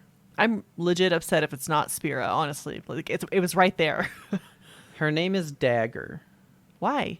I don't know. Lil Spear? I don't fucking know, dude. But her name is Dagger. That's what the world calls her, so... Spira's better. I mean, yeah, I like Spira. That's fucking hilarious. That's a beautiful combination. I do love that she's, riding the dinosaur. She is the embodiment of what Spear was. Like, and the echoing wind in her that hair. eternity now. Yeah, okay. Like, to me, that's where the name is now, because we did get back to episode 1. Yeah. Not the way I want. Yeah. Now, here's an interesting thing. The daughter, her scream and stuff, that's actually Genndy's daughter doing the voice for that. Oh, cool. So this was that. like a cool moment for him. That's awesome. But you fucked up my fucking show, dude. Yeah. So I overall don't like how this season went. I mean, it is what it is, I guess. It is what it is. I will watch season 1 forever. I don't think I'll ever come back to this season. No, season 1 is definitely where it's at. Like, I'll take the fond memories I had from that season and carry them with me. Yeah. Now I must ruin things. Yeah, okay. Tell me all the weird shit that Genndy said. So here's Genndy's thing. He's done with Spear and Fang. He's like, I'm like I'm like done with them. So that's why it's over now. Okay. I mean, I guess they got their lineage, you know. Yeah, there was no pressure from like, we're going to cancel the show, nothing. He was like, I don't want to do them anymore. Like story's tapped out. I'm complete. If season 3 comes, I don't want to come back to her. What? No. Primal is an anthology series. So every season would be a brand new person to follow in a primal existence of some kind. So you could have the learned men stuff, which is why I think that was a test. Can I push it into a different time frame but still get the primal feel? Okay. And it's fine. Well, I like that concept. I hate it. You know why? Why? Primal for me is not the world. It's not the feeling. You've given me 2 seasons of Spear and Fang. That's Primal. Yeah. Primal, Spear and Fang. If you remove them from it, like that's the God of War to Kratos thing. What can you strip out of this and it's still Primal? For me, Spear and Fang exist as Primal. You strip it out, it's no longer Primal. I don't want it. Call it something new. Like, still make it, of course, but call it something new. Dude, season 3, if it comes to... Because it's not confirmed. Like, season 3 is not real. Okay. That's not greenlit, season nothing. 3's not real. It can't hurt you. But his idea is that. And he said, if there's just so much of an outcry, I'll come back to the daughter. But I really don't want to. Like, he wants this section of Primal to be done. Okay. I mean, it is a nice bookend, you know? Like, it ended the way it started. I think that... Well, see, I think that if we want to end it here, we can. We like our anthologies. We're big Love, Death, and Robots people. Yeah, we love anthologies. But you can't tell me that if Love, Death, and Robots' whole first season, if there were multiple episodes about one character type, you wouldn't start to attach them with that. If Primal season 1 ended with season 1 and season 2 was something different, I probably would have liked season 2 and been like, an anthology would be great. But you've implied these people are so important, they got 2 seasons. Right. It's Therefore, a weird thing to just take a different direction entirely now. They are Primal now. I honestly do hate the way it ends. From a personal, like, what I would want. Yeah. But is it good Primal? It's kind of good Primal. Like, this world sucks. Everything in it sucks. This ending sucks emotionally, and that fits. That fits, though. It fits. I guess, yeah. I still give it a 10, because Primal's dope. The animation's still amazing. The fact that you do it with no vocals, it all works. Do you think the animation changed this year? A little. Okay, I was wondering, like, I felt like it was different, and I couldn't pinpoint how. Like, I know that they reused a lot of stuff, which bugged me. But I don't know if there was other things. Maybe they just got more money, and the animation looks tighter or something. I feel like it's less hand-drawn this year. It didn't feel as rustic, if that's the word. It didn't feel as, like, dirty. Yeah. Yeah, it was too clean. Right. God, I'm so sad that I can't just be like, this was great. I know.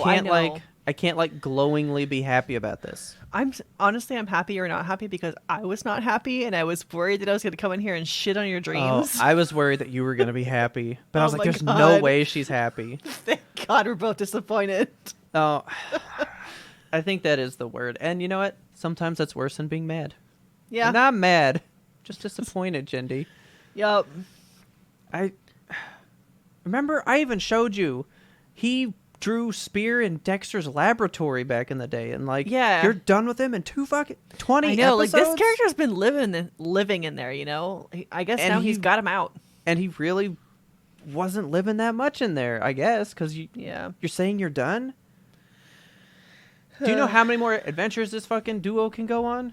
I would have watched several seasons of them just having Monster of the Week adventures. That's all I wanted. Make that your anthology, please. So if it goes full-blown different people, like, what if we take it to the modern time thing? Would you go back? If it's more modern times, no. Because the idea is a primal, like, hard existence. I mean, maybe it could be interesting, you know, like a woman fighting for her life in a parking lot or something. I don't know. I mean, yeah. There's good primal stories in the modern day and age that you can tell. So, but would you consider it primal? I'm going to walk on eggshells. I will probably watch it if there is a season 3, just check it out. I wouldn't call it primal. I would hesitate to put the label primal on it. I'm gonna give this to you. You ready? Yes. I'm relinquishing primal to you. If season 3 happens, I'm gonna need you to bring it to me because I don't think I will follow. I don't think I can. All right. This baby right here. That's my primal. I'll die for that dinosaur. Yeah. That's it though. Okay, let's wrap this review up. Yeah. That's Primal season 2. Fuck, dude. I don't know. Yeah. Well, Primal. For those of you joining us here on YouTube, please follow us on all of the social medias. We are a podcast. This is only a part of a larger episode. You can go hear the rest of it right now on any podcast platform of your choice. Yes. If you're here after listening to us on the podcast, thanks for double watching. We love you so much. If you're one of our patrons, we extra love you. You guys got this early. Glad you wanted to see the photos to go with it because I feel like that adds that extra spice. We just want it really does. There's no way we could talk about Primal without the visual aspect.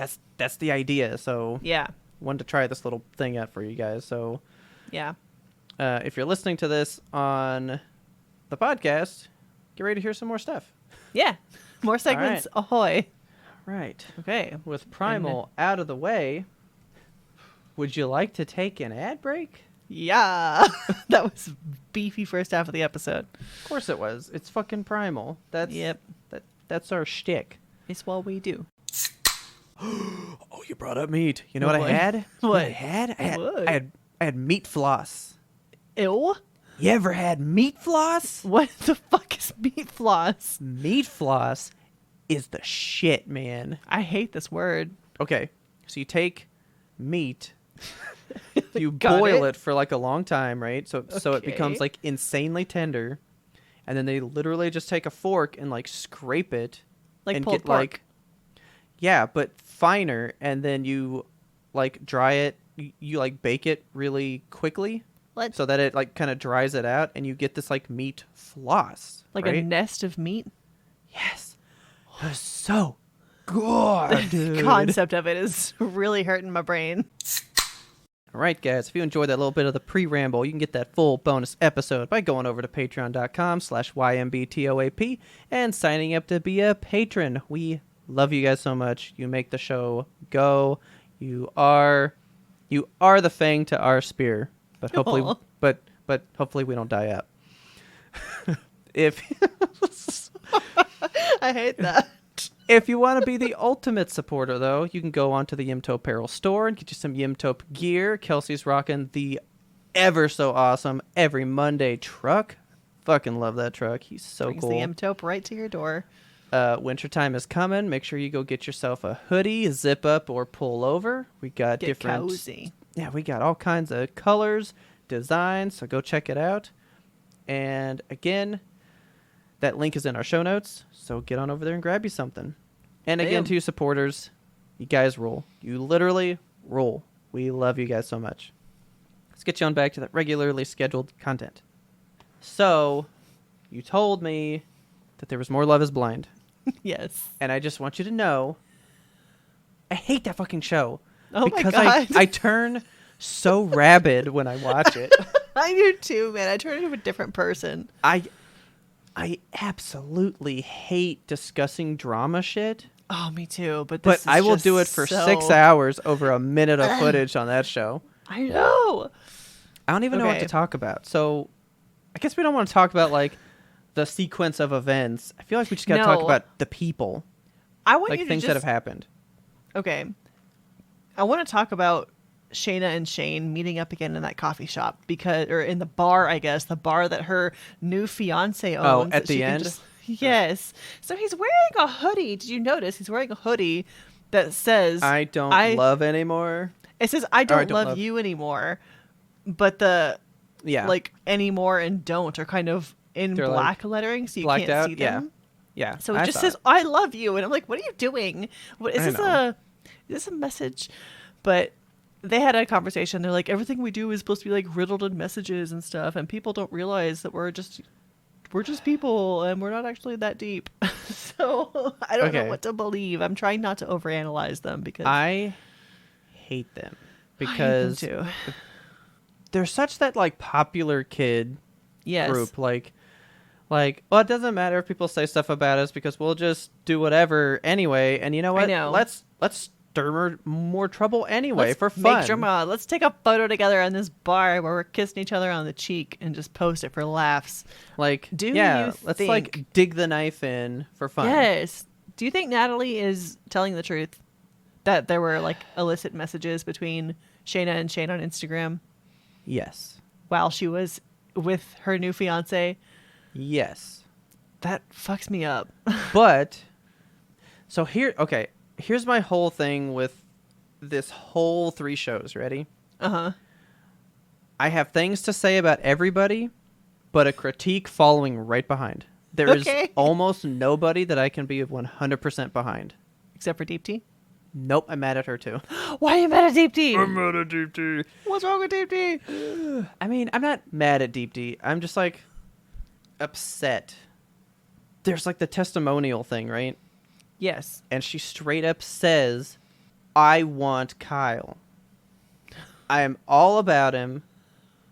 Everything that I want is this, and here's the things, and I say what I want these days, so I'm saying like I wish that I could be I wish I would be with him. Yeah.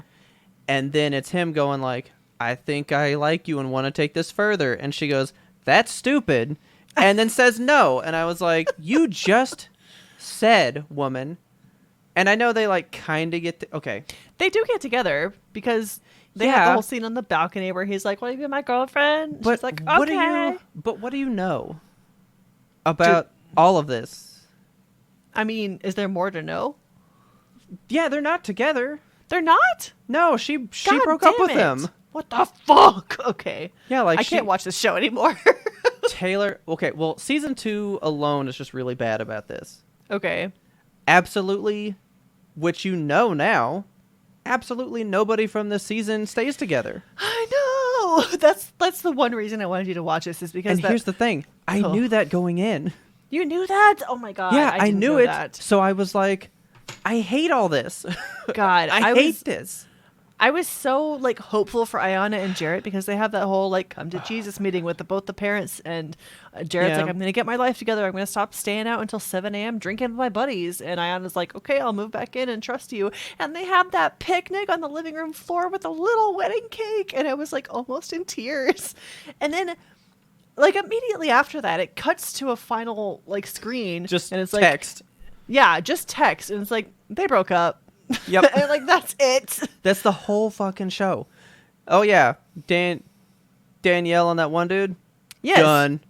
And I was, so they had that whole scene with them too, where they're laying in bed together and they're like, we love each other so much. This is the best thing that's ever happened to us. We're so in love. So, because I knew that going in, I kept making jokes about it the whole time. Like, they'd have like a wholesome moment, and then I go, and then it cuts to black and everybody died.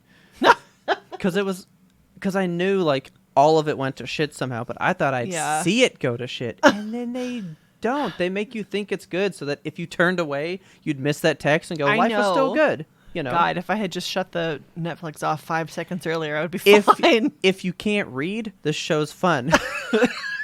But as soon as you learn to read, you go, oh, I learned horrible things. Christ, you know? I wish I was illiterate.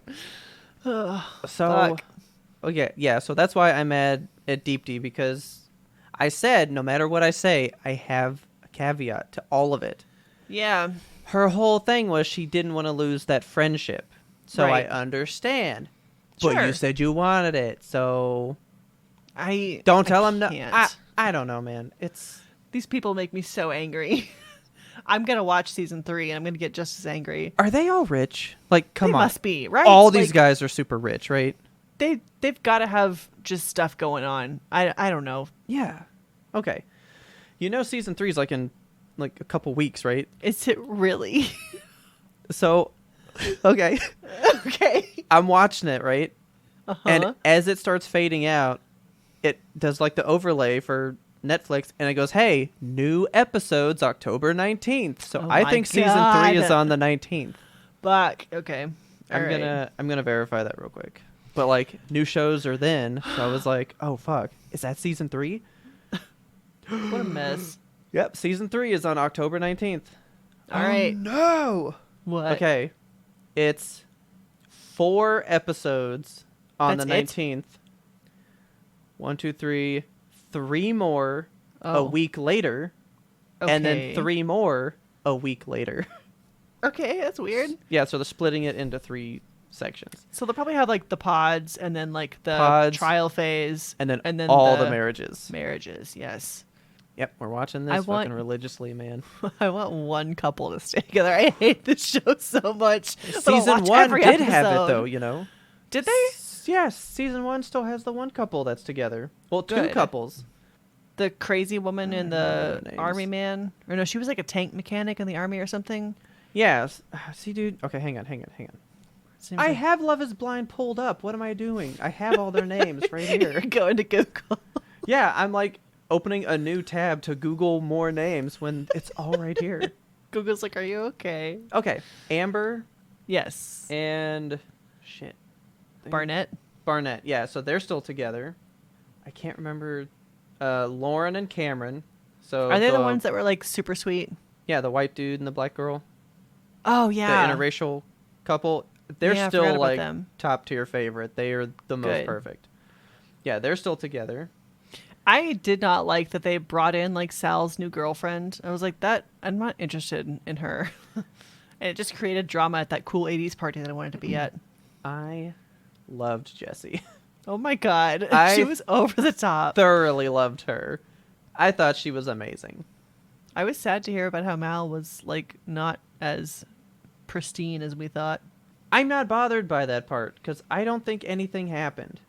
Yeah, like my problem with her is the whole season you wanted nothing to do with this man, but as soon as he said no at the thing, you are now the victim and everything's so hard on you. You didn't want him the whole show. Everybody in this show is such a like self-victimizer. They all love to be a victim. Every single one of them.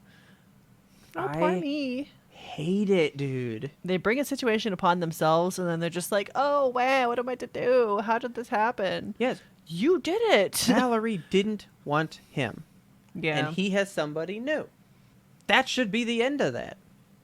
And that's my problem with Natalie. Yes, I 100% think... Okay, there's a smile banner on my ad on my page here, and she's freaking me out. Gross. Okay. Yes. We've seen that shit, bro. We heard how they talked in the pods. Yeah. We saw what they talked about after they were a couple in the first place. We know Shane and Shayna talk this way to each other, right? What's the password? Crop tops. Yeah. I full-blown think that happened. Yes. But somebody said this, and then it was immediately proven, and I'm like, yeah, Natalie's not the best. Yeah. Somebody goes, Natalie's kind of an instigator, though. Yes, she is. And guess what happens right after that? She's immediately twisted knives. Shayna shows up with her fiance, right? Yes. And she asked somebody immediately, should I go tell this guy that none of us have met that she was talking behind our backs? No, you shouldn't. Do that. Let that be between them later on. If she fucks him over, that is entirely on her. You need to be out of that life. And she wanted to run and insert herself. And she blames Shayna for inserting herself all the time. They're Natalie. Both like two sides of the same coin, you know? Yes. Do I think the text happened? Yes. But also, fucking leave it. Oh, go away from it now. Like, she's still living in it and trying to bring it up all the time. Yeah, just like milking it for all it's worth. Now, God, so many people. So mad. All the time mad. I'm mad at everybody in the whole show. Oh my God. Ayanna and Jarrett, right? Uh-huh. I told you. I have to say one thing, and then I get the shit on it immediately. All right. Absolutely was so tired of Ayana. All she did was pick on him and bully him 100% of the time. And I even told Taylor, I cannot stand when people go, yeah, I insulted you to your face, but it's with love. It's cute. It's fun. We're having a fun time. No, that is not okay. That's a rough way to treat your significant other. Yes. Now, was he doing bad? Yes. Yeah, but he was. Also, why he said we got married and I had to step up and provide, so I took 2 more fucking jobs. I know. Why'd you take so many jobs? I'm working 3 jobs. And I get out of the club at 4 a.m. and then I want to go hang out. So I understand that's the only time you can. But you put yourself in the position to have 3 jobs. They never said, like, we're trying to get a house, like, we needed extra money to save up for that. Like, there was no reason. He just said, I took 3 jobs. Yeah. And he's, like, sitting there like, I want all these kids. And she's like, we're not having kids. You have to talk about those things before you get married. Dude, you are not home. Yeah. How are you going to be a dad? To have... Yeah, like, I think he was picked on by her a lot. Yeah. And... we didn't know the extent of how much he was going out. I was like, is it like every Saturday? Like he hangs out with his friends 1 day a week? Big freaking whoop. But then it turned out, it was like 5 days a week. And that's a big deal. That's a pretty big whoop. Yeah, like they don't present you all the information up front. So you form opinions and then go, oops, like new information. Right. But that's what drama is. Drama's about getting you to be mad now. And then prove you wrong later so you look like a fool. Oh, this show really gets to me. I'm not on Ayana's side. And I'm not on Jared's side. No. Like, everybody in this show is a bad person. They bring it on themselves. There's only, like, one person I half side with. And that's Danielle. Just because she's fun.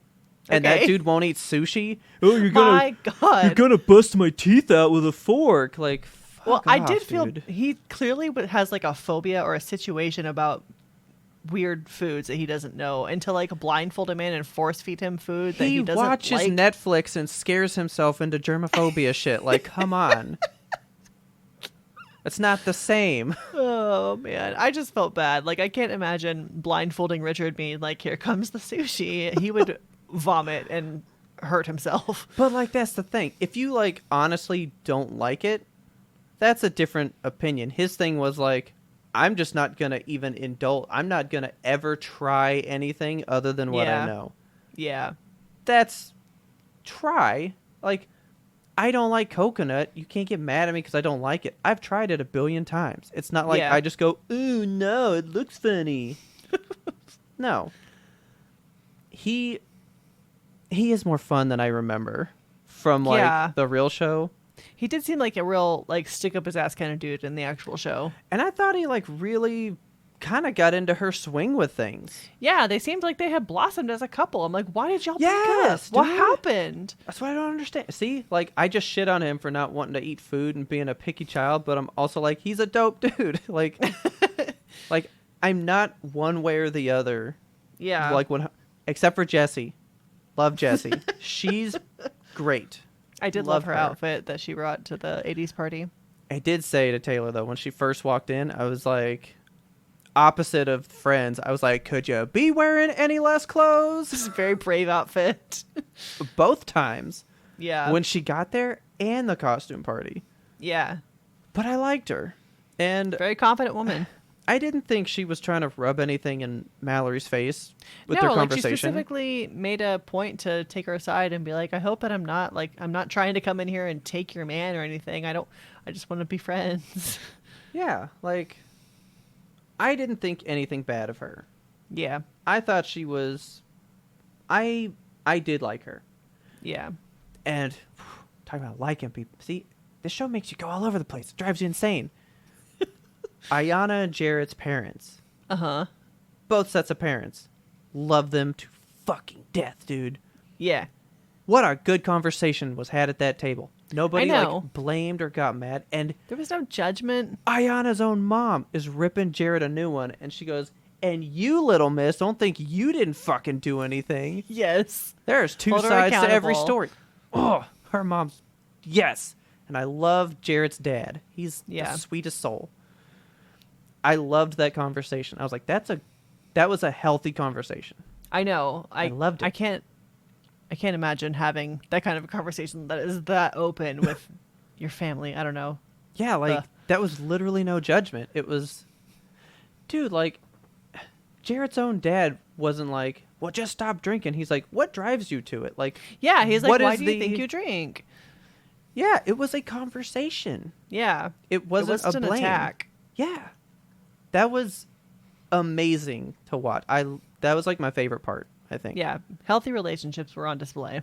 Because I was definitely scared because they were scared. Yeah. But like, mad at Mallory, mad at Natalie. Are you mad at Sal? Yeah, because I think he tried to play victim and go like, well, hey, sisters, this is why I actually did that thing. I've kept it a secret this whole time. No, dude. Yeah. You're trying to throw some shit. Haley was talking to me about it today, and I think she might be right on that. I think he may have gone for an altercation, and when Mallory provided space, that's why he's like, well, I have to talk to her. Like, I think he was trying to, like, maybe make her jealous of this new girl. Like, he like went in with like, oh, look at these good intentions I have. But like, I didn't think about it that way. He always talked about Mallory's feelings and stuff about Mallory the whole show. He wasn't focused on his girl like he kept saying, I'm trying to be. He was focused on Mallory. Yeah. Because I'm such a good person. Like, I feel like he wanted to be like, yeah, I turned you down and look what I got. Yeah. Yeah, I'm kind of mad at him too. But they all suck. But not because he brought her. I don't think that's... I mean, when Damien did it in season 1, he was literally like flashing off to Giovanna or whatever her name was. Like, that was... That. Remember? Okay, so there's the... I think she's like a... She's kind of like Spain, like a Spanish lady. Okay. She was with the fucking Uber stick-up-his-ass dude, Damien. And he was like hanging out with this other girl, going like to like luncheons with her and stuff. And then he's like, oh yeah, we're having this party. Like, you should totally come and let's just flirt in front of everybody. Oh my God. Kind of thing. If I show you the dude, you can be like, oh yeah, that dude. I feel like for whatever reason, season 2 stuck in my mind so much more than season 1. Like, the people were just more wild. Well, I mean, I had to learn the name. Like, I don't remember anybody's names. Yeah. I had to relearn every name in watching this. You don't remember this guy? Damien and... yes. Okay, I do remember them. Yeah, they just provoked each other. Giannina. They provoked each other constantly. Because remember, he was with some other girl, but, like, when he brought that girl to that party... It was a power stance. Sal was just like, well, I'm with somebody, and I'm happy with her, and hopefully she can join. Look at my new woman. She's prettier than you. What do you feel about it? Yeah, like, his felt like an attack. Yeah. His felt mean. Sal's didn't feel mean. Yeah. But at the same time, it's just going to be uncomfortable for the other person. You need to think about that. Right. You know? Nobody thought about anybody's feelings. Like, when Danielle invited Shayna to Natalie's birthday party, I was like, why are you doing that? That's what Haley said. She's like, Danielle's a fucking snake, dude. She didn't tell her that it was Natalie's party. She just said, we're holding a shindig. Do you want to come? Yeah. She didn't even say it's a 30th birthday party for this person. That means they're the special person. God. It was all a mess, I can't talk about these people anymore. I can't. So, yeah. This season blows, dude, because love failed. Yeah, love did not every win single at all. one. And it worked 2 times over in the first season. Like, yeah. Wow, what a difference. You know? Yeah. I really hope season 3 has some good couples. Like, some that I enjoy watching, not just for the drama, but like sweet people, you know? I have a feeling, based on how Nick Lachey and his wife made that like ultimatum show. I hate that. The idea of that show. It's disgusting. I think they're just going to go for drama stuff and like, oh, probably people talk about the show when there's this. I mean, know what? Look at us talking about it. Let's just have bad people, you know? Yeah. but I won't come back if that's what I liked about it. The love was there. Like, yeah. Deepti and Kyle is what kept me through all of these 3 shows. Everybody else didn't give a shit about. I was waiting for Deepti and Kyle's thing to blossom more because I thought it was really cute. Yeah. But then I already knew they weren't together, so I kind of hated watching all 3 of them. Yeah, that I'm just mad. Yeah, I had a bad time. Okay. I'm glad you did. Do you want to talk? We're so on the same page. Do you want to talk about a good time that we had? I do, but I think right. we previously talked about it. We did. So we have a special little treat for you guys. Robert took me to the movie Barbarian that is out right now. Yes. It is the wildest movie I have seen in a very long time. And if you have not seen it, I don't want you to listen to this next segment. I want you to go watch it and then come back because we're going to spoil everything, the full plot line. I think this movie is only good if you can see it completely blind. Go in dry completely. Like, don't watch a preview. Don't look up anything. Don't even look up who the actors are that are in this movie. Just go see it. When we left, you hear the people behind us, like, they both enjoyed it too. And then she goes, I'm just glad I didn't know anything. Like, yes. She even said, like, that's what made me like it more. Yeah, this movie is one of the best horror movies that I've ever seen. Yes. And one of the best movies that I've seen in a very long time. It was a good piece of cinema. I had a lot of doubts that you were going to feel this way. Oh my God. And I am so happy that you are a complete mirror to how I felt. Yeah, I am extremely happy that we went on this little adventure. So yes. Please enjoy this clip of Robert and Taylor and I discussing it fresh out the theater. Yes. All right, so we just saw Barbarian. Yep. I don't know why I'm still crying. Okay. Crying from Everything. sadness? No, yeah. Okay. So can I tell you when we watched it and it ended, I was like, why do I care for that thing so much? I know. I felt really bad. That movie was an adventure. It took so many different turns, and like the way it was structured was so fundamentally insane. Okay. Like right after the first hour 45 minutes when it cuts to Justin Long for the very first time. Yeah. I was it might be like 40 minutes, yeah. I was like, first of all, did it cut to a different movie? Like, what is this? I know. I was like, I forgot, one, that Justin Long was in it, and then two, I was like, what is happening? Like, I turned to Taylor like, what?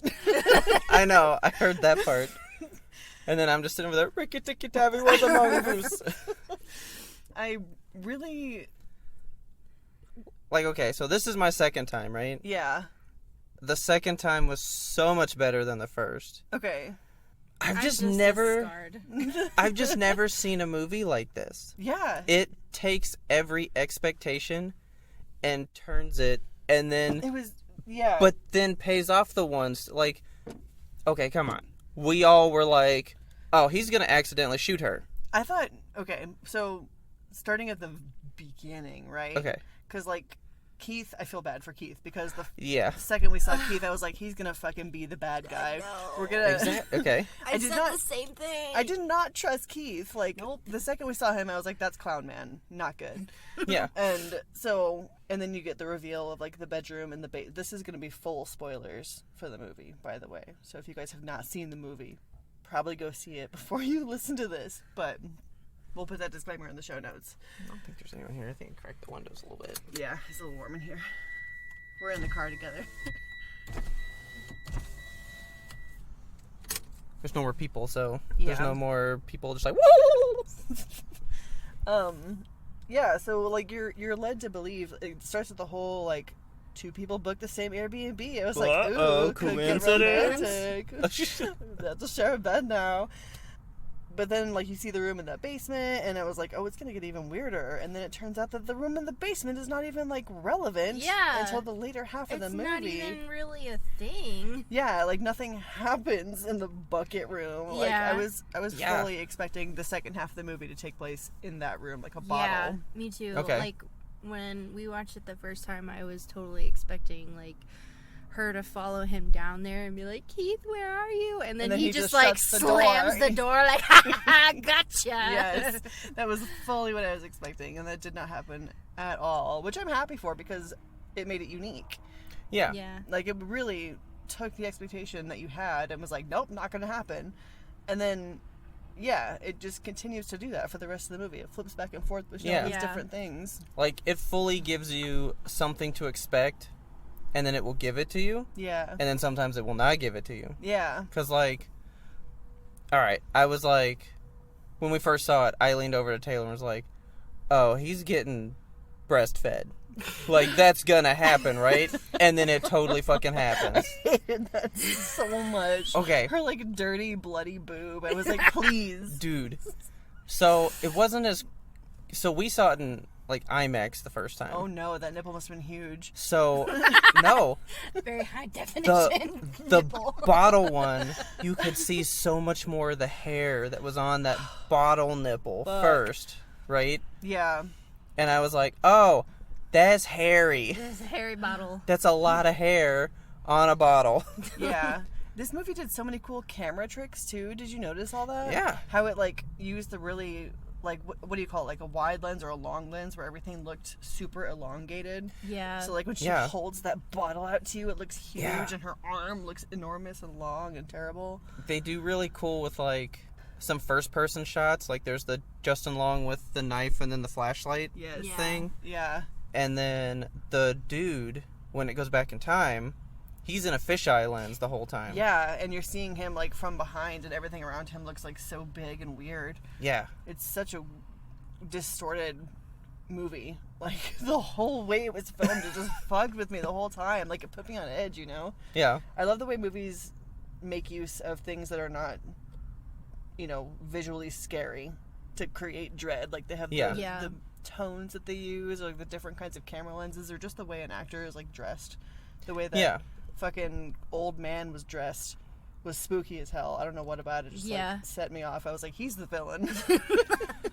So that was kind of our thing, because the homeless dude was like, she's not even the worst thing in there. So I was like, oh, there's a bigger monster. I know, there's like, a big lady. A legit, like, monster down there. But then it's more like metaphorical monster, because he is definitely worse than she is. She's just trying to care for people. He only hurt people his entire life, you know. Which is horrible. Like, when you break it down to its bare bones, that's why we felt so bad for the monster in the end, because she wasn't even a monster.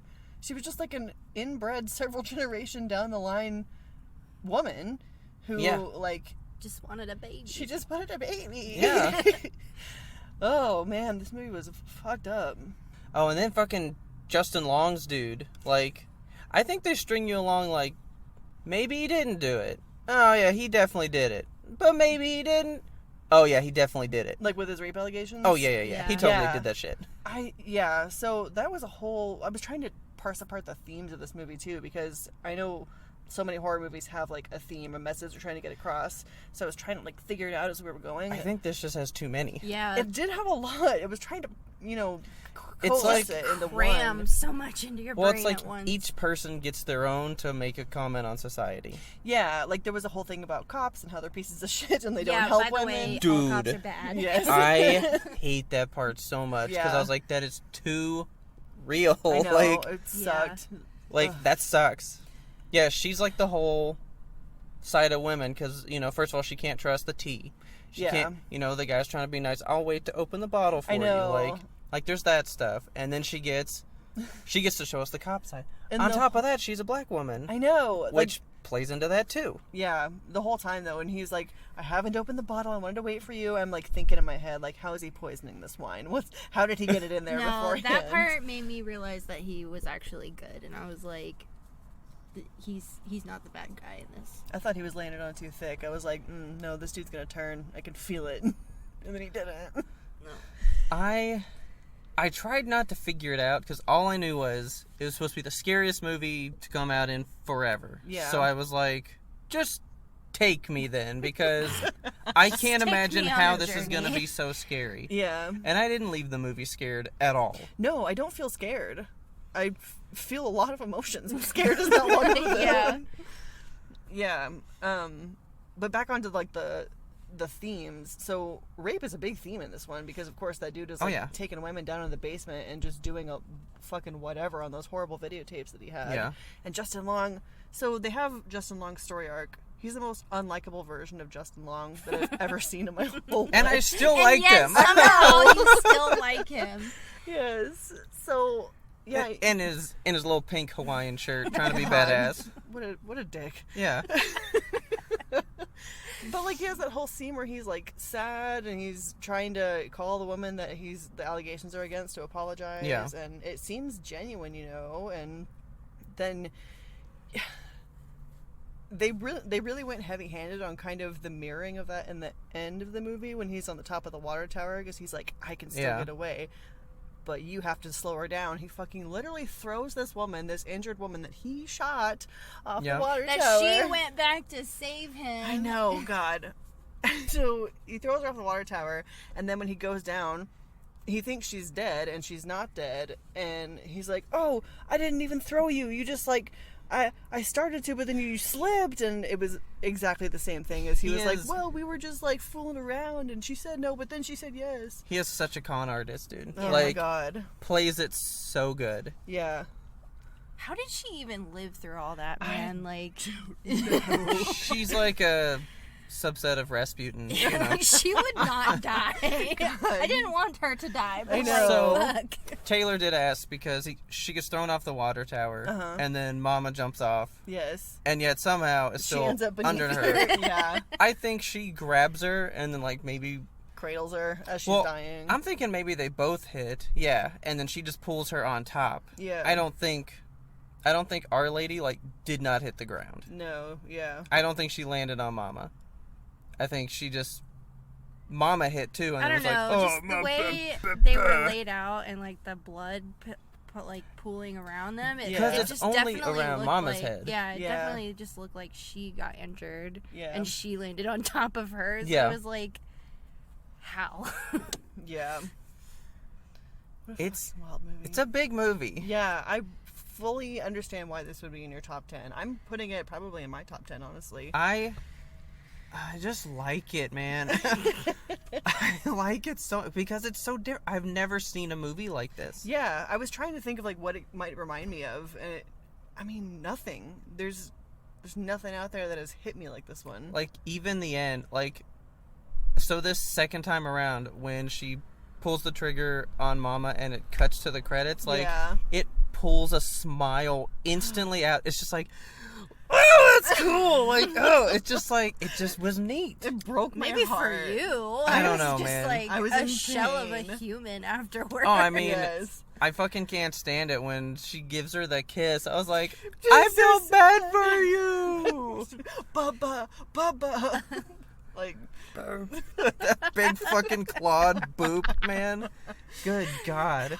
what an experience. So, that's the premise. It's just Airbnb. Yeah. Could you have ever pieced this movie together? Oh. No. That's what I like so much about it. Like, yeah. you literally get taken for a ride. Yeah. You don't know No. what the fuck is happening until it's over. Because, like, it's basically 3 movies. Like, you have the first bit where it's the Airbnb part, and then you cut to Justin Long, and you're like, what the fuck is happening here? And he owns the property, so you're like, okay, so now we're, like, 2 weeks in the future? And then it cuts again to this old man in a Cadillac, and I'm like, are we in the fucking past? He turns on the radio, and Reagan is being talked about or whatever. Yeah. I'm like, okay, we are in the past, so I don't fucking know what's going on anymore. Yeah. Just a ride. My sense of time is just no more. Yeah. So, here was one of Taylor's questions she asked me during the movie. The snake charm in her Yeah. car. Do you get anything from that? She said, was- do you think there's a meaning, or is it just like a focal point? I was wondering that too. So I was trying to piece it together because I was thinking like maybe some kind of biblical implications or something because of the whole Adam and Eve and like creating a society. Okay. I don't know though. Yeah, if anything, that's kind of where my brain went, was like a biblical symbolism from that. For me, it was just the focal point. Like, we see it so many times when she gets there, so that when Justin Long pulls up and you see it, you're like, that car's still fucking there. Yeah. Like, that's the same car. Like, she may as well have had, like, a Hawaiian land, a robot dog. You never know. Yeah. Like, that toothbrush is on the floor still. Like, yeah. Like, that toothbrush doesn't mean that anything, but it's a focal point. Yeah, I know. It's on the fucking floor. Take it off the floor. Why is your toothbrush on the floor? I guess he had a short cord. Yeah, the cord was too short, maybe. And the plug's right at the bottom. It doesn't need to sit on the charger for that long. I know. Bothered me. Oh, what do you think about Justin Long fucking throwing that laptop? What a bitch. I gasped. I was like, what a bitch. $2,000. I felt like he punched me in the gut. I know. I wanted to stand up and hit him. Taylor reacted the same both times. She's just like, Oh my god. So. I thought that bag over there was a dog. I was like, oh no. Where? On the grass. Oh. I thought it was just like a little tiny white rolling puppy. dog. Just rolling down the street. So, you liked it. I loved it. Okay. I'm happy because I don't know. Like, I'm hearing a lot of good, but kind of equally bad. I think people that really love horror movies and people that really love, like, campiness, because this movie wasn't campy per se, but dude, but it flirted with camp. Literally measuring all that dungeon space and using the tape measure so wrong. I want him to crawl in there and, like, teach him how to use it. I think this movie handles its scary with levity in, like, the perfect mix, because it fills you with the dread of, like, oh my god, he found that thing. We just watched fucking Pennywise die in there. I know. And then he busts out a tape measure and you're like, wait, what? Like, it's another subverted expectation. Yeah, more free house. Like, any time he can go, this is what you think will happen, he just turns it. He immediately will change it or give it. But, like, you never know which one you're going to get. I know. Which one am I going to get? Like you said, when he picked up the gun, we were like, he's going to shoot her. And it's going to be bad. Yeah. And he does. And I thought, like, that would be the end of the movie. Like, oh, she dies and he just gets away. Yeah. But no, that didn't happen. That's Barbarian. Yeah. I was trying to figure out why they called it Barbarian. Yeah. So, I mean, the old guy's a barbarian because he's a pretty mean dude, but it's just an anagram for Airbnb. And I wonder if that's so intentional. It's like, even this title means nothing to this movie. Maybe. It's simply just another throwaway. Yeah. Because it does translate to an Airbnb. Like, it spells that out. So I wonder if he was just like, Airbnb, you know what? Let's make a word. And there's a mama here, but we're not going to talk about that. It's an Airbnb. And that's the idea. And he just did it. Yeah. Has this guy done anything else? Not that I know of. Okay. I'm going to have to look him up still, though. Do you remember what his name was? No. Something Fletcher, I think. It was a weird name that I didn't recognize. I will follow him forever, though. Yeah, I can't wait to see whatever he does next. I hope it's exactly as... Zach Kreger. Zach Kreger. Yeah, Creggr. Kreger. Hit up that Wikipedia. How old's this fool? Born. Dude, we don't even have his birthday. It just says where he's born. It doesn't say... He's timeless. Has he done anything else? So it says he's an actor. Yeah, it says he's like produced some stuff. Skarsgård was also one of the producers on this movie. Miss March. So he acted in that and co-directed, and I liked Miss March. That I'm pretty sure Miss March is okay, so who's the guy from Hot Tub Time Machine? The black dude? I forget something his name. Robertson? Yeah. Okay. I'm pretty sure Miss March is the movie where he plays the rapper that's horsedick.impeg. What? You've never okay. So he meets this rapper dude and he's like, my name is horsedick.impeg, and he's like, all right, Mr. Horsedick, and he's like, dot impeg. Okay. So his name is horsedick.impeg, and then at the end of the movie they wind up at the Playboy Mansion. It turns out he has the opposite of a horse dick, and that's the whole joke with that guy. Okay. It's a good movie. It came out in the whole realm of like the nerdy dude getting the hot girl movies that like there was like a big sweep in the 2000s of, you know? Yeah. Like she's out of my league and all that stuff. Yeah. Like, this was just another one of those. Okay. And I saw that one too. And he co-directed that? He sure did. Yeah, this is a weird leap in a different direction for him, I guess. Like, he's done nothing else horror in all this time. Wow. This is it. Like, he was just like, I'm going to make this now. I'm going to make a horror movie. Cool. Stuff a whole lot of themes in it and put a hairy boob in there. Yeah. And I guess he had a role in it, too. In this movie? Yeah. I don't know who Everett is. He was probably just one of the dudes, like, in the town in the 80s or some shit. Yeah, probably. Or one of the gas station dudes. Yeah. Or the cop. Somebody or the cop. He talked to on the phone or something. Yeah. Maybe. I think that about covers it. That's Barbarian again. I'm glad you enjoyed it. Yeah, fully. Thank you for going. Thank you for taking me. Thank you for going a second time. You're not welcome. Well, hopefully you guys liked that, like, on the spot, kind of like impromptu recording thing. I know it's going to sound, I mean, you already did it, so I can't warn you now, but I know it sounded different because that recorder records a left and right channel, so you're hearing us like in each ear. And if you do kind of prefer that style, like you feel like it's being in the middle of a conversation, write to us and let us know, and maybe we can try to do some more recordings in that kind of fashion and, give you something different to listen to. Yeah. And with that, this has been a chocked full of emotion, all over the place type of show. I know. Are you ready to ride off into the echoes of eternity? Yes. If you guys love this episode, please tell a friend about it, because word of mouth is the best way we can get the good word of Yimtope into brand new ears. We release weekly every single Monday, even beefy episodes like this sometimes. If you want to talk to us, you can catch us on Twitter at Yimtope. That is YMBTOAP. It stands for You Must Be Thinking of Another Podcast. Don't forget it. If you're in the know, you can hit us up on that Discord. If you are as passionate about Love is Blind as we happen to be, unwittingly, please write in. Let us know what your thoughts on the drama are. That show makes me primal. Yeah, honestly. I don't know why I get so wrapped up. I can't talk about it anymore. I can't. Thank you, of course, to our patrons for supporting us. You guys make episodes like this possible. We do these things for you. We know that you like to hear about the new media we're watching, all the different stuff that we get into. This is why we are in the biz, to make people like you happy. And you know what else makes me happy? Our theme song. It's The Grim Reaper Blows the Horn by Faraj. He is the ultimate happy maker with such awesome music. Please go check him out on YouTube. You're going to go primal. Yeah, you are. And as always, thanks for listening, and tune in next time to get the answer to that burning question. Is Primal Season 3 going to be worth it?